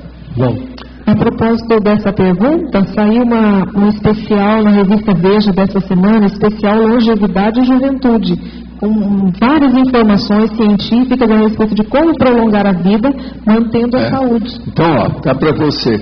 Ó, a revista está saindo hoje, está nas bancas. Né? Veja, é isso? Vamos fazer propaganda. Vamos, aqui no B. Eu lembro que você, uma época, falou que quando eu estava estudando os atributos dos serenões, você teve uma inspiração para estudar o Zoom. Você estudar o quê? O Zoom. Sim. Podia falar um pouquinho sobre isso? Isso faz muitos anos, você está lembrando do negócio. Pois é o Zoom mnemônico. Agora, o problema todo, sabe o que é? Ocorreram comigo vários fenômenos bravos. Tem um deles que eu acho que deve ter gente aí que sabe que eu falava nisso. Que a primeira vez que eu vi o Quilim, que era o serenão da China, foi na base de um Zoom que ele fez o negócio comigo. Agora, o negócio foi uma coisa terrível, porque aquilo deu um impacto. O problema todo é o seguinte: eu vi primeiro um símbolo que apareceu na minha frente. Então eu falei assim, não, isso é imagem pictográfica, deve ser besteira. Que eu não dou valor para esse negócio quando vem muita imagem, a pictografia. Mas apareceu aquele símbolo, eu falei assim, isso é chinês. Mas eu não interpretei bem o que era na hora. Agora, junto daquilo só ficou aquele engrama da situação, aquele signo, e daí a pouco apareceu um negócio maior, como se fosse um cálice. Daí a pouco apareceu aquele negócio maior, e apareceu aquele rosto. Era ele lá no meio, fazendo zoom, sabe como é que é? Lá no meio daquilo, a irradiação de tudo. E ele mexia com os olhos assim, ó, um lado para o outro, sem mexer a cara. A hora que ele mexia, os holofotes dos olhos dele faziam. Aquilo, eu fiquei assustado, eu nunca tinha visto uma coisa daquela. Agora, os olhos eram holofotes. Eu acho que tem gente aí, a Marina, uma opção desse povo aí, quando aconteceu, eu falei com ela, eu tinha visto aquilo a primeira vez. Foi aí que eu chamei que o homem era o Quilim. Você sabe, o Quilim lá é aquele cavalo que tem um chifre na testa, que seria o terceiro olho. Você está entendendo? Então, no caso, foi por isso que eu dei o nome de Quilim, porque ele era impressionante, ele já dessomou. Hoje tem um cara lá, que eu sei que tem, mas esse eu não tenho muito contato, é mais jovem. Agora, ele era velhinho. Você sabe, na China esse negócio de pessoa velha tem muito valor, né? Agora, o problema deles era os olhos. A energia do cara para mexer com aquilo. Agora, a energia dele também era um negócio. Aquilo fazia um raio laser, entendeu, né, gente? Foi por isso aí, eu tive vários fenômenos desse raio laser. Outra coisa, esse negócio de raio laser, quando eu estava estudando o negócio lá em Ipanema, eu estava passando a temporada das minhas viagens, e eu estava muito preocupado com o homem, que eu estava trabalhando com ele. Ele estava fazendo arco voltaico, ia lá, trabalhava, mexia com a família, aquele negócio todo. Então, uma noite, eu estava preocupado com aquilo, aí deitei e falei assim, eu quero ver como é que está o processo extrafísico. Mas o que aconteceu? Houve um negócio que me puxou pelo traseiro, e eu saí de bumbum. Quando eu cheguei, entrei no lugar como se fosse mesmo um tipo de um funilão desses da ufologia que eles falam, e cheguei e vi aquele povo tudo lá. Mas a hora que eu entrei, ninguém deu valor. Aí eu fiquei só olhando, vendo as coisas tudo, como se fosse uma grande nave, ou aeronave, você está entendendo? Aí chegou uma senhora, chegou para mim e falou assim, você não se preocupe não, que ele vai melhorar, nós estamos atendendo. Você pode olhar aqui as coisas, depois você volta. Não fica aqui não. Eu olhei aquilo lá, vi aquilo tudo, voltei pro corpo, tudo que a dona falou aconteceu. Agora veja, a hora que eu voltei a mesma coisa. Você está entendendo? Com o negócio é como se estivesse me puxando pelas costas. Eu cheguei de traseiro ao meu corpo. Então, isso tudo me chamou a atenção sempre, que é um processo de zoom. O negócio você está lá, daqui a pouco você está aqui, e você vê que tudo, a coisa óbvia. Eu, por exemplo, a hora que foi puxado, eu vi o apartamento, o meu edifício, depois tudo. Sabe aquela fotografia que eles tiraram lá no lago de Chicago? e depois levar para a internet. Foi aquilo. Agora, eu senti isso perfeitamente. Agora, o que é interessante é o seguinte: eu vi minha cama, o quarto, o prédio, o meu quarteirão, depois Ipanema, depois os 2 irmãos, daqui a pouco aquilo sumiu. Quando eu vi, eu estava entrando no lugar. Até os 2 irmãos eu vi. Então foram várias cadências para chegar lá. E eu, o seguinte, eu estava vendo eu me afastar.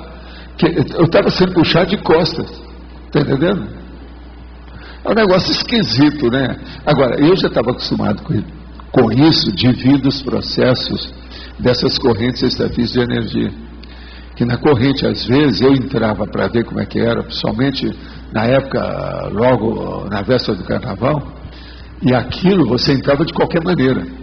Parece aqueles lugares de tubulação que a pessoa cai e fica assim, ó, rodando até chegar lá embaixo.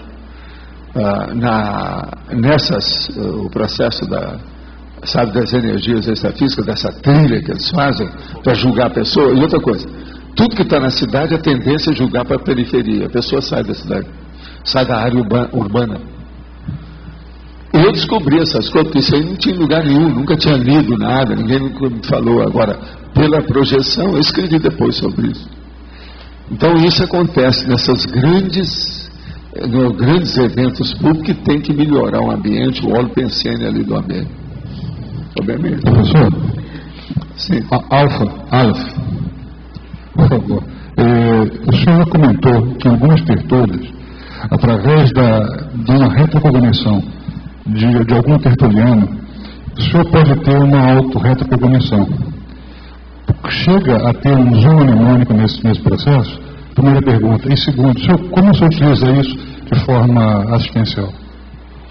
O problema todo é o seguinte: não sou eu que comando nada disso, não.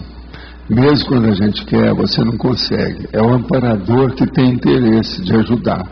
Quase sempre é um interesse composto. Porque junto com o amparador vem o interesse ou o amparador daquela família ou daquela pessoa que está sendo assistida junto. Então eles combinam, eu sou um terceiro que estou entrando na história. Agora, quando ocorre isso, geralmente é para eu fazer mais rapport, aquilo que eu estava falando. Você tem mais empatia, afinidade para fazer ambiente, com isso eu posso fornecer ectoplasmia melhor. Se a gente se predispõe, quem tem o médico ectoplasta, seja homem ou mulher, é um parteiro, ou parturiente. Ele está sempre gerando alguma coisa, você está entendendo? É igual dar luz. Então o processo todo é dar. O processo é fornecer. Agora você veja, parto não é coisa fácil, né?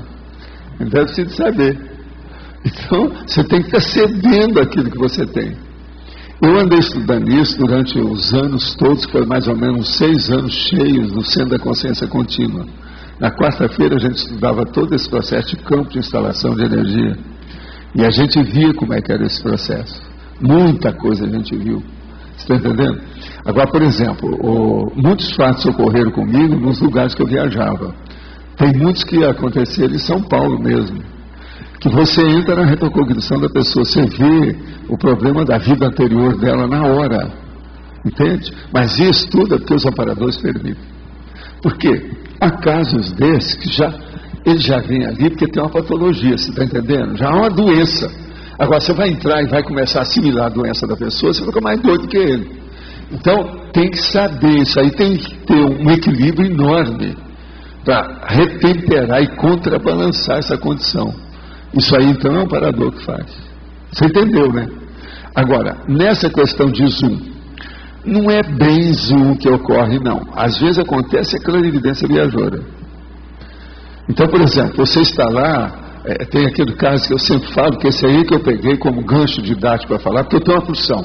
Mas esse eu posso falar porque muita gente viu e aquilo melhorou. Então eu falo esse que eu posso dizer que não vai criar nenhuma repercussão.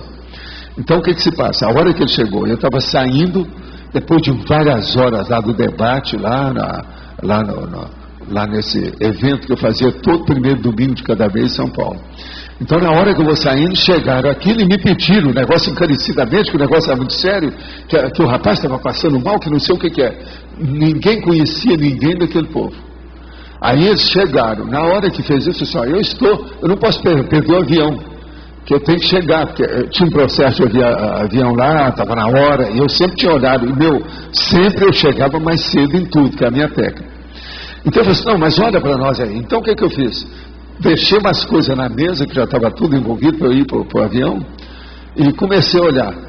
Fala tudo o que é que você quer. O que você quer? A hora que ele começou a falar, quando eu vi, eu estava com a clarividência viajora, eu vi tudo. Aí eu comecei a falar tudo que eu via, na clarividência. Não, é por causa disso.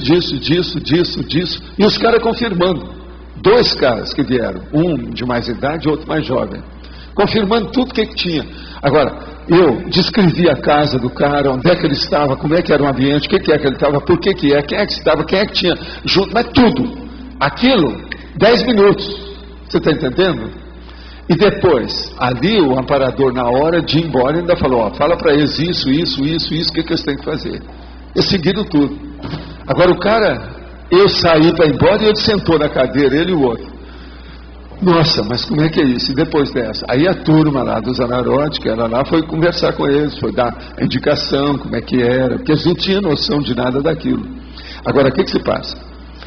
Eu vi vida anterior que pegava lá, que era dele, mas que eles não sabiam, e que tinha relação com o processo da família. Uma dos personagens que eu falei tinha relação, não tinha jeito de esconder aquilo, o cara nunca me viu. Então agora, aquilo ficou muito complicado, porque ela não era só essa vida, o problema da simulcognição.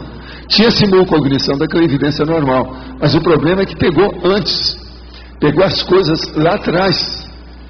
E outra coisa, aquele lá atrás era da tradição da família, eles conheciam aquela história. E eu comecei a falar dos objetos que haviam, tudo assim, porque clarividência nunca sabe o que é. O negócio é você despejar. É uma cornucópia. Você sabe o que é cornucópia? Aquilo você vomita o troço. Aquilo vem tudo. É uma enxurrada, é um enxurrinho.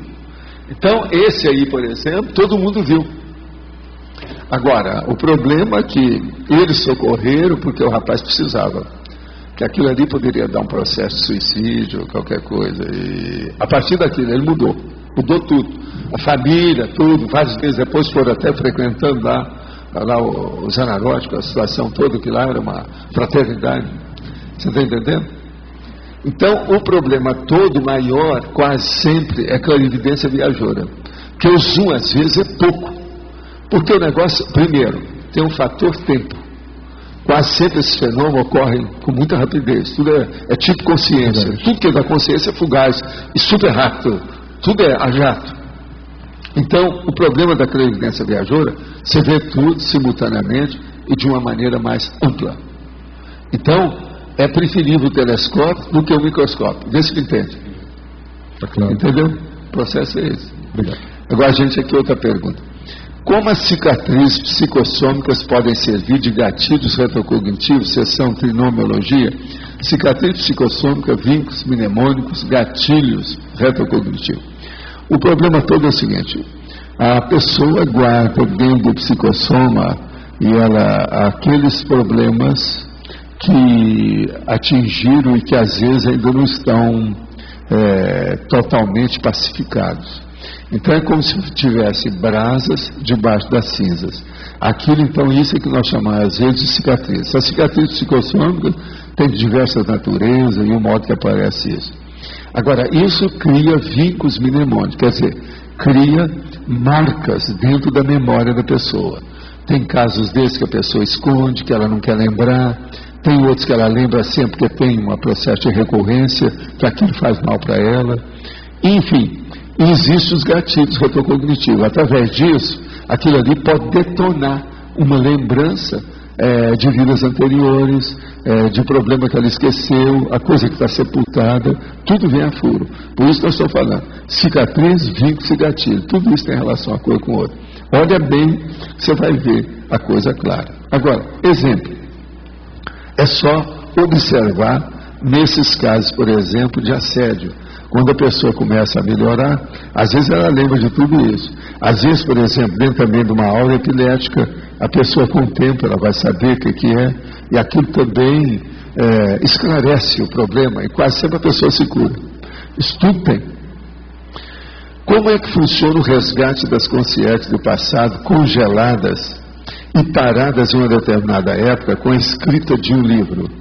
A escrita do livro, a gente tem que ver outras pessoas lerem, ter interesse por aquele livro e dar aula sobre aquilo, porque uma pessoa que está parada no tempo, ela não vai ler direto, mas ela pode receber, através da leitura de outro, né, uma lição, uma aula, uma classe da história.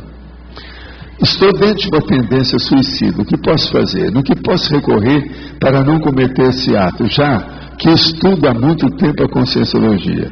Isso é uma parapatologia própria ou assédio? Como posso diferenciar? Não, isso é um assédio seu. Chama-se autoassédio. Quem tem tendência suicida a primeira coisa, é bobo. Você é bobo. Você não está dando valor para a sua vida. Olha em torno de você. Por que você vai acabar com o seu corpo? Depois você vai ter que voltar aqui. Primeira coisa, está cuspindo para cima. Outra coisa, suicídio é a coisa mais frustrante, frustradora e pior que tem. Porque é uma frustração total. A pessoa está tentando fugir de si mesma e ninguém consegue fugir de si mesmo. Então o problema, companheiro, é você encarar você mesmo. Você está encantuado por você. Agora, com calma, com jeito. Qualquer coisa me aparece aqui que eu vou fazer um arco voltaico para ver se você tem companhia. Sempre tem companhia nos casos desses. Que é gente do passado que quer que a pessoa vá para lá para chupar a energia toda da pessoa até lá. A maioria dos suicidas são assim. Agora, o problema é ver como é que a gente conserta. Nesse caso, eu também aconselharia, recomendaria a você a arranjar um ambiente tranquilo e uma ocupação útil, que você possa ajudar os outros. É só você olhar em torno de você que você vai ver que tem gente que está precisando mais do que você. Você está chorando às vezes de barriga cheia. Pensa bem nisso, que isso é importante em matéria de terapia. Agora, do nosso ponto de vista, se eu puder, apareça que a gente dá uma de mão. Gostaria também, não adianta a gente funcionar só à distância no caso desse. Às vezes tem que conversar para ver o no-go da pessoa, porque a distância não vai dar nada. Então o problema é cara a cara mesmo, é a melhor situação. Gostaria também que o senhor falasse um pouco mais na fatologia. No final da linha 6, de cima para baixo, na recaptura da nuance existencial esquecida. O caso todo é o seguinte: às vezes a pessoa, ela, por exemplo, conosco aqui, vamos falar o nosso trivial variado aqui, o comum da gente. Uma pessoa fez o curso intermissivo, então ela tem lá determinado detalhe ou um viés que ela às vezes esqueceu. Aqui está sepultado. E, no entanto, às vezes é muito importante dentro do processo da ProEx, por exemplo, o problema dela. Então, às vezes, dentro do problema da lembrança, o amparador, então, dá um jeito da pessoa fazer justamente um zoom, às vezes me lembrando só sobre aquilo. Ela, às vezes, então, vai lembrar. Só essas pessoas que chegam e falam assim: Valdo, eu sonhei e o negócio não sai da minha cabeça. Eu estou com a palavra tal, não sai da minha cabeça. E fui olhar, existe isso no dicionário. O que quer dizer isso comigo? Isso aí, às vezes, é a nuance existencial esquecida que a pessoa tem que lembrar. Agora, às vezes é difícil, porque aquela palavra, às vezes, envolve uma pessoa, envolve um acontecimento, envolve um local, envolve uma data, envolve um evento. Então isso tudo tem que ver. Agora, é a recaptura da nuance existencial esquecida. Agora, tem no final da terceira linha, de cima para baixo, os potenciais inatos. Potenciais inatos é isso, por exemplo. Você, por exemplo, você tem um potencial inato de comunicação violenta, que eu te conheço bem. Isso aí o que é? Quantas vidas você está mexendo com isso? Você é da comunicação há quanto tempo? Agora, quem é da comunicação é gente da pedagogia, é gente que deu aula, é gente que fala. Outra coisa, quem é da comunicação, que possivelmente é seu caso, você já foi advogado ou advogada antes, que é aquela pessoa que fala muito, que domina o processo. Então veja, isso é potencial inato. Inato, ele nasceu com você. Você não vai esquecer isso. Isso é um trafor. As próximas vidas você vai usar isso ainda mais do que hoje. A pessoa que eu estou falando eu conheço bem, já estive na casa da pessoa, sei tudo como é que é. Tá? Ela é mais do que isso que eu estou falando. Eu estou falando só um pedacinho dela. Entende? Agora ela é fora de série nisso. Então, isso são os potenciais inatos. Agora veja, o problema maior nosso, da CCCI, inclusive o seu, É saber se você está usando os seus potenciais inatos na ordem correta. O mais sério é o primeiro, o segundo é o segundo, o terceiro é o terceiro, como é que é? Isso aí é que é importante, porque a maioria aqui, ó, é versátil e polivalente. Tem uns que estão usando o quinto potencial, quando eles dividem, está aplicando o primeiro, porque esse que é o mais importante dentro da ProEx. Isso é seríssimo, é pensar. De modo que a ordem dos potenciais aplicados, vamos pensar isso aí que é sério.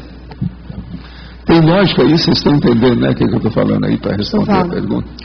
Em cima dessa questão, tem a ver com a linha de abertura, isso que você acabou de falar. É, o total. E tem a ver com a abertura... Você sabe, aqui tem um monte de assunto que eu falei aqui que tem relação com a linha de abertura, eu sei. Eu não quis tocar no assunto, porque isso vai demorar quantos meses para aparecer aqui? A linha de abertura. E ela é terrível. Eu coloquei lá dados horroríveis. Quer dizer, horroroso e horrível. Tá.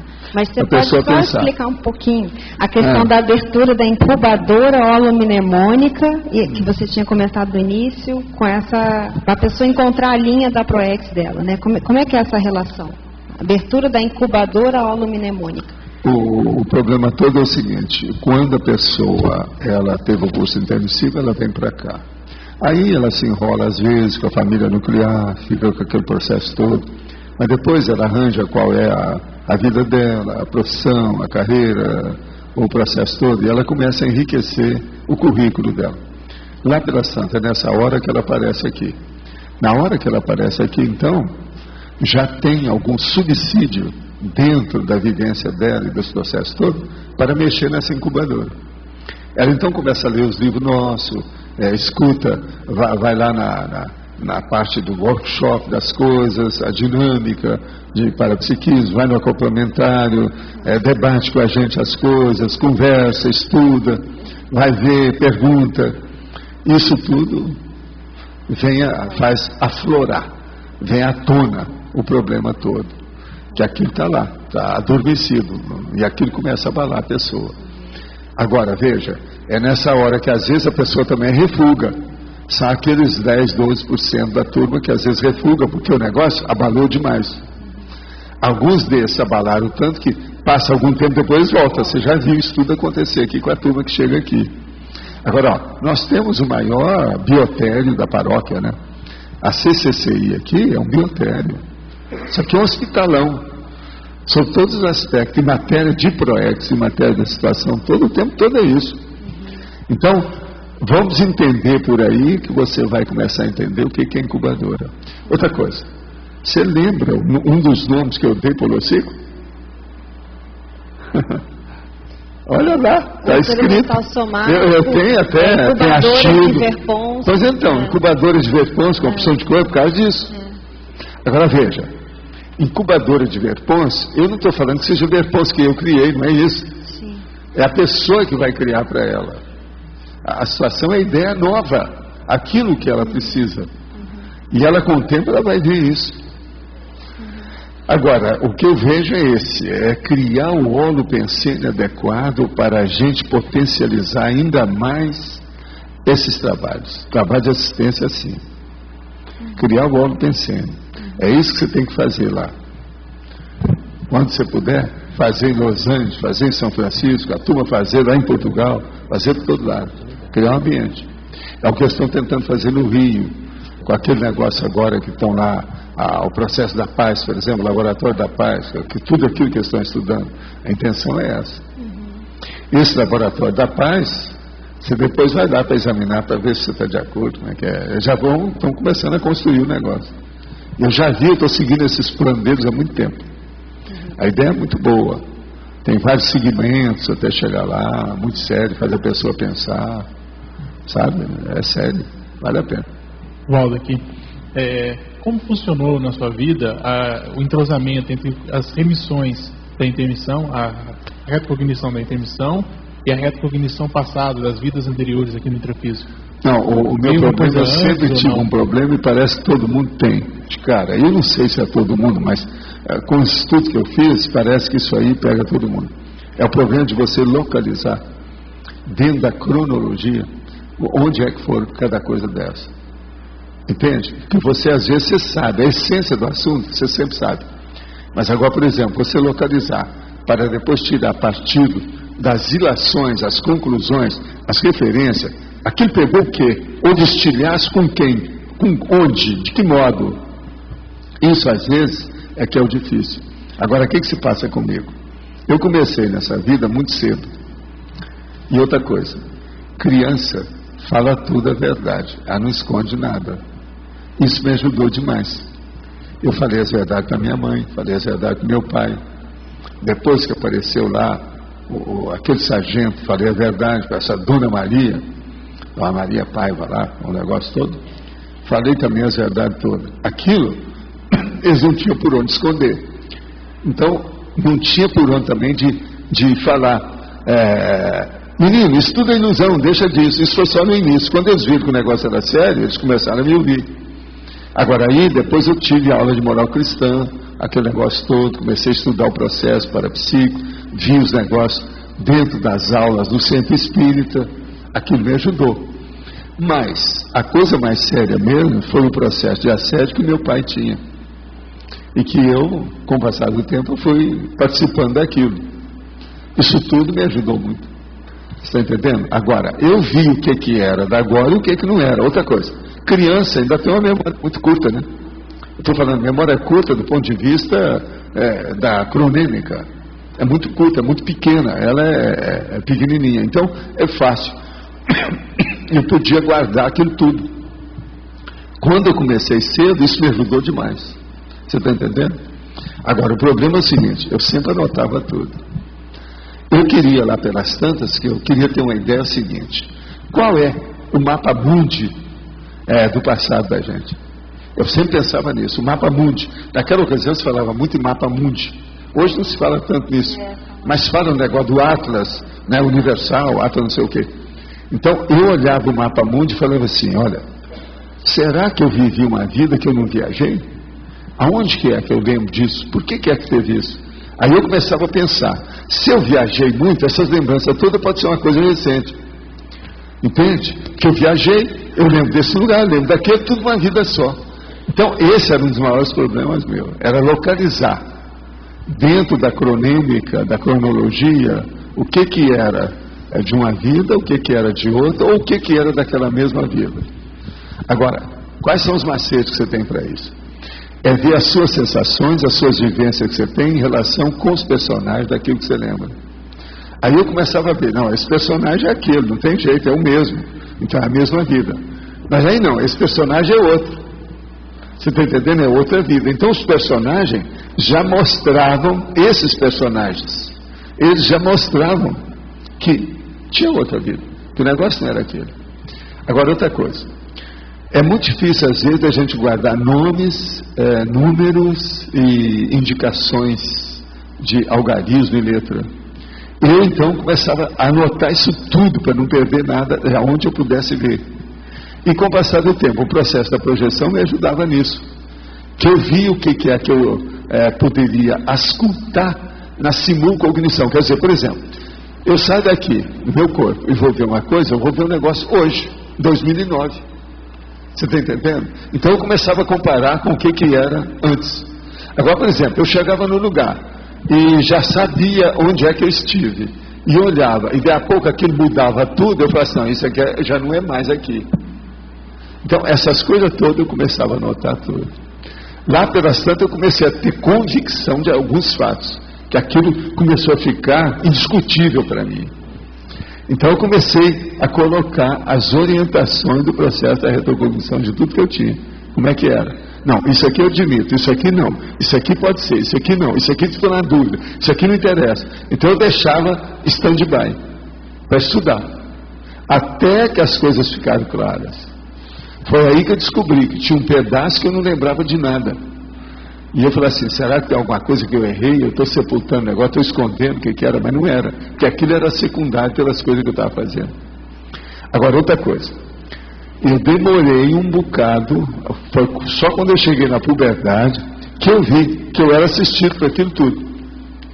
Porque eu não via a assistência direta. Porque a hora que você envolve no transe, principalmente se o transe ele é extrafísico, você fica totalmente envolvido com aquilo.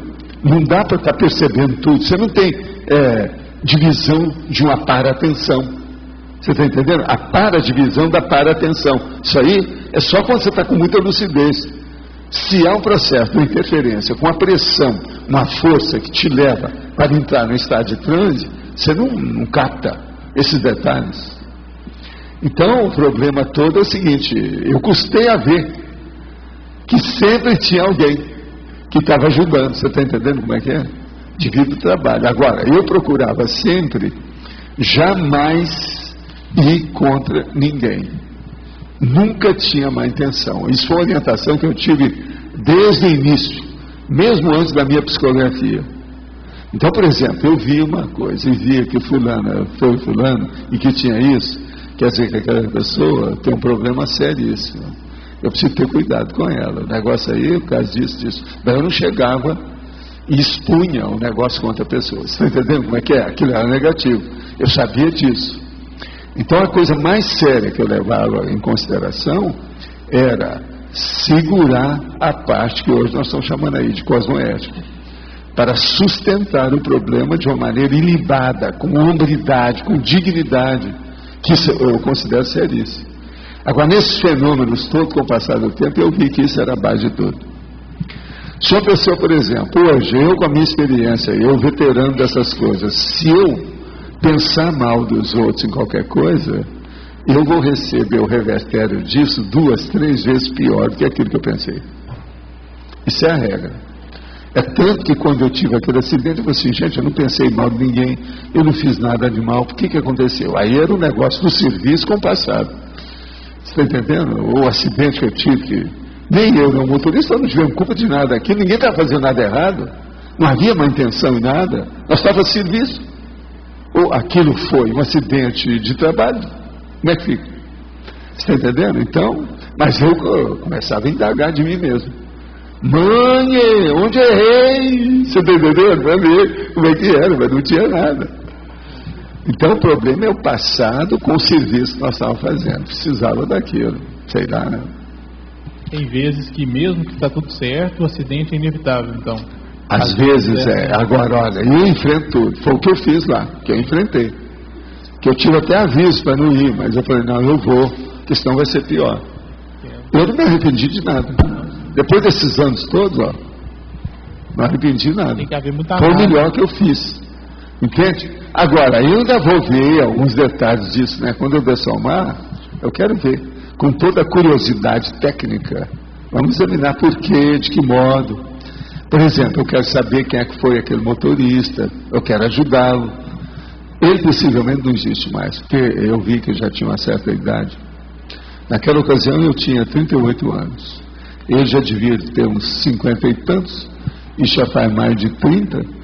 Possivelmente, ele, motorista, ele não deve ter vivido aí mais de 100 anos, para estar vivo hoje. Para mim, ele já dessombou, mas agora eu nunca o vi. Mas eu quero ir atrás, quero ajudar. Porque isso tudo tem relação comigo. Outra coisa também, o motorista que estava comigo, ele também é uma grande personalidade, todo mundo gostava demais dele. Esse também eu não sei nem se ele está vivo, mas já faz muitos anos. Isso tudo a gente vai ver. Então, ó, vocês todos se preparam para uma coisa. Na intermissão, tudo isso que vocês estão fazendo vai dar filhote, vai dar dividendo. Eu estou falando de dividendo, eu não falei que vai dar prejuízo, tá? Dividendo. Tá certo? É isso que eu desejo para todos, dividendos para todos. Mas fala, você quer falar? Na sua sequência de vidas, existe algum período predominante que nós da CCCI aparecemos mais? Ou... Como assim? Existe o seu contato conosco da CCCI aparece predominantemente em algum período da sua CEREC? Nos últimos 200 anos. Nos últimos 200 anos. Agora, foi mais intenso. E houve uma intensidade maior nesse período que a gente chama de século XIX. A coisa mais brava foi por aí. Agora, muita coisa não foi por causa de vocês ou por causa do povo, foi por causa de mim. Que eu já estava um pouco mais maduro para fazer as coisas. Hein? Com o processo todo para saber como é que era e tal. Isso aí me ajudou. A conclusão: nós todos estamos em desenvolvimento.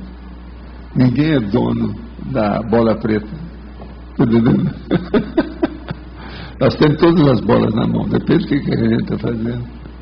Agora, ninguém é perfeito. Todo mundo precisa de mais alguma coisa. Escuta, eu acho que eu tenho que passar para você, está no seu horário, não é isso?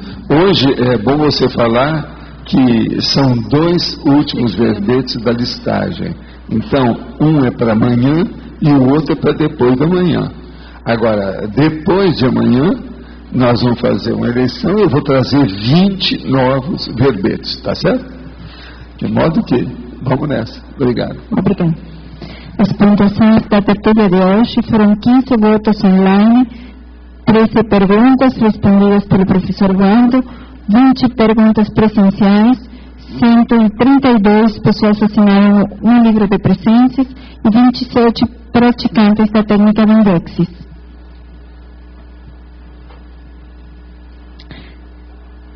Logo dos verbetes, vamos ter 4 recados: Luiz Mineiro, a Côncios, a Unicim, Cláudio Garcia e a Complementário. Os verbetes, a eleição é para amanhã e para segunda. São 2, Indústria Paralela e Técnica.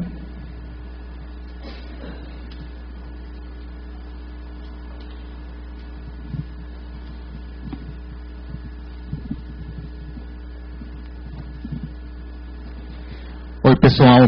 Nós queríamos convidar vocês e lembrar vocês de que amanhã vamos ter uma apresentação da Austrália no discernimento.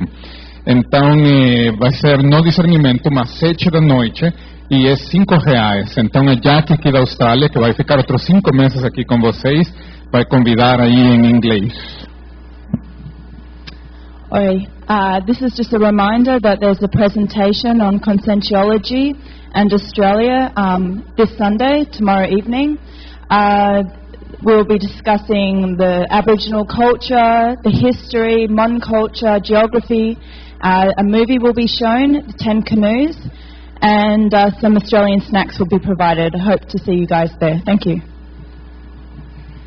Só traduzindo pouquinho, eles vão falar aí da Austrália, da cultura, dos nativos, dos aborígenes, inclusive da conscienciologia lá, e também vão passar um filme que se chama 10 Canoas, que ganhou o prêmio de Cannes no 2006 como melhor filme. Também vai ter umas bolachas e chocolate aí que eles trouxeram da Austrália, o que deu para trazer na mala, então não vai ser janta. Então, só vão ser algumas coisinhas ali para que vocês experimentem aí coisas da Austrália. E isso em relação à atividade. No discernimento, amanhã às 7, R$5. Mas uma coisa que eu queria falar aqui da Jackie, que ela está muito agradecida, que as pessoas falam inglês com ela, mas ela gostaria, se de vez em quando alguém falasse português, para que ela possa também aprender português. Tá bom?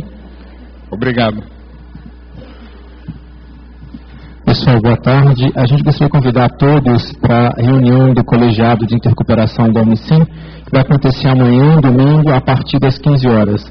A pauta é a indicação e eleição do novo secretário-geral da Unicim. É importante a participação de todos, porque nesse colegiado, cada consim presente tem direito a voz e voto. Então, nessa função é importante que a gente vá, discuta, debata, não só a indicação, mas também a proposta de trabalho do secretário-geral, desse novo grupo que vai estar aí coordenando no SIM nos próximos anos. Ok? Contamos com a participação de todos. Obrigado. Pessoal, gostaria de convidar vocês para participar do próximo acoplamentário, que vai acontecer na semana que vem, sexta, sábado e domingo, 9, 10 e 11 de janeiro. O tema que nós estaremos discutindo e desenvolvendo será amparadores. Então, para quem quer aproximação maior, entender mais como fazer o processo de aproximação com os amparadores, vale a pena a discussão e o debate. Professor Mário Oliveira e o professor Pedro Fernandes serão nossos epicúreos. Estão todos convidados. A quem se interessar, por favor, dirijam-se à recepção do CAEC. Muito obrigada.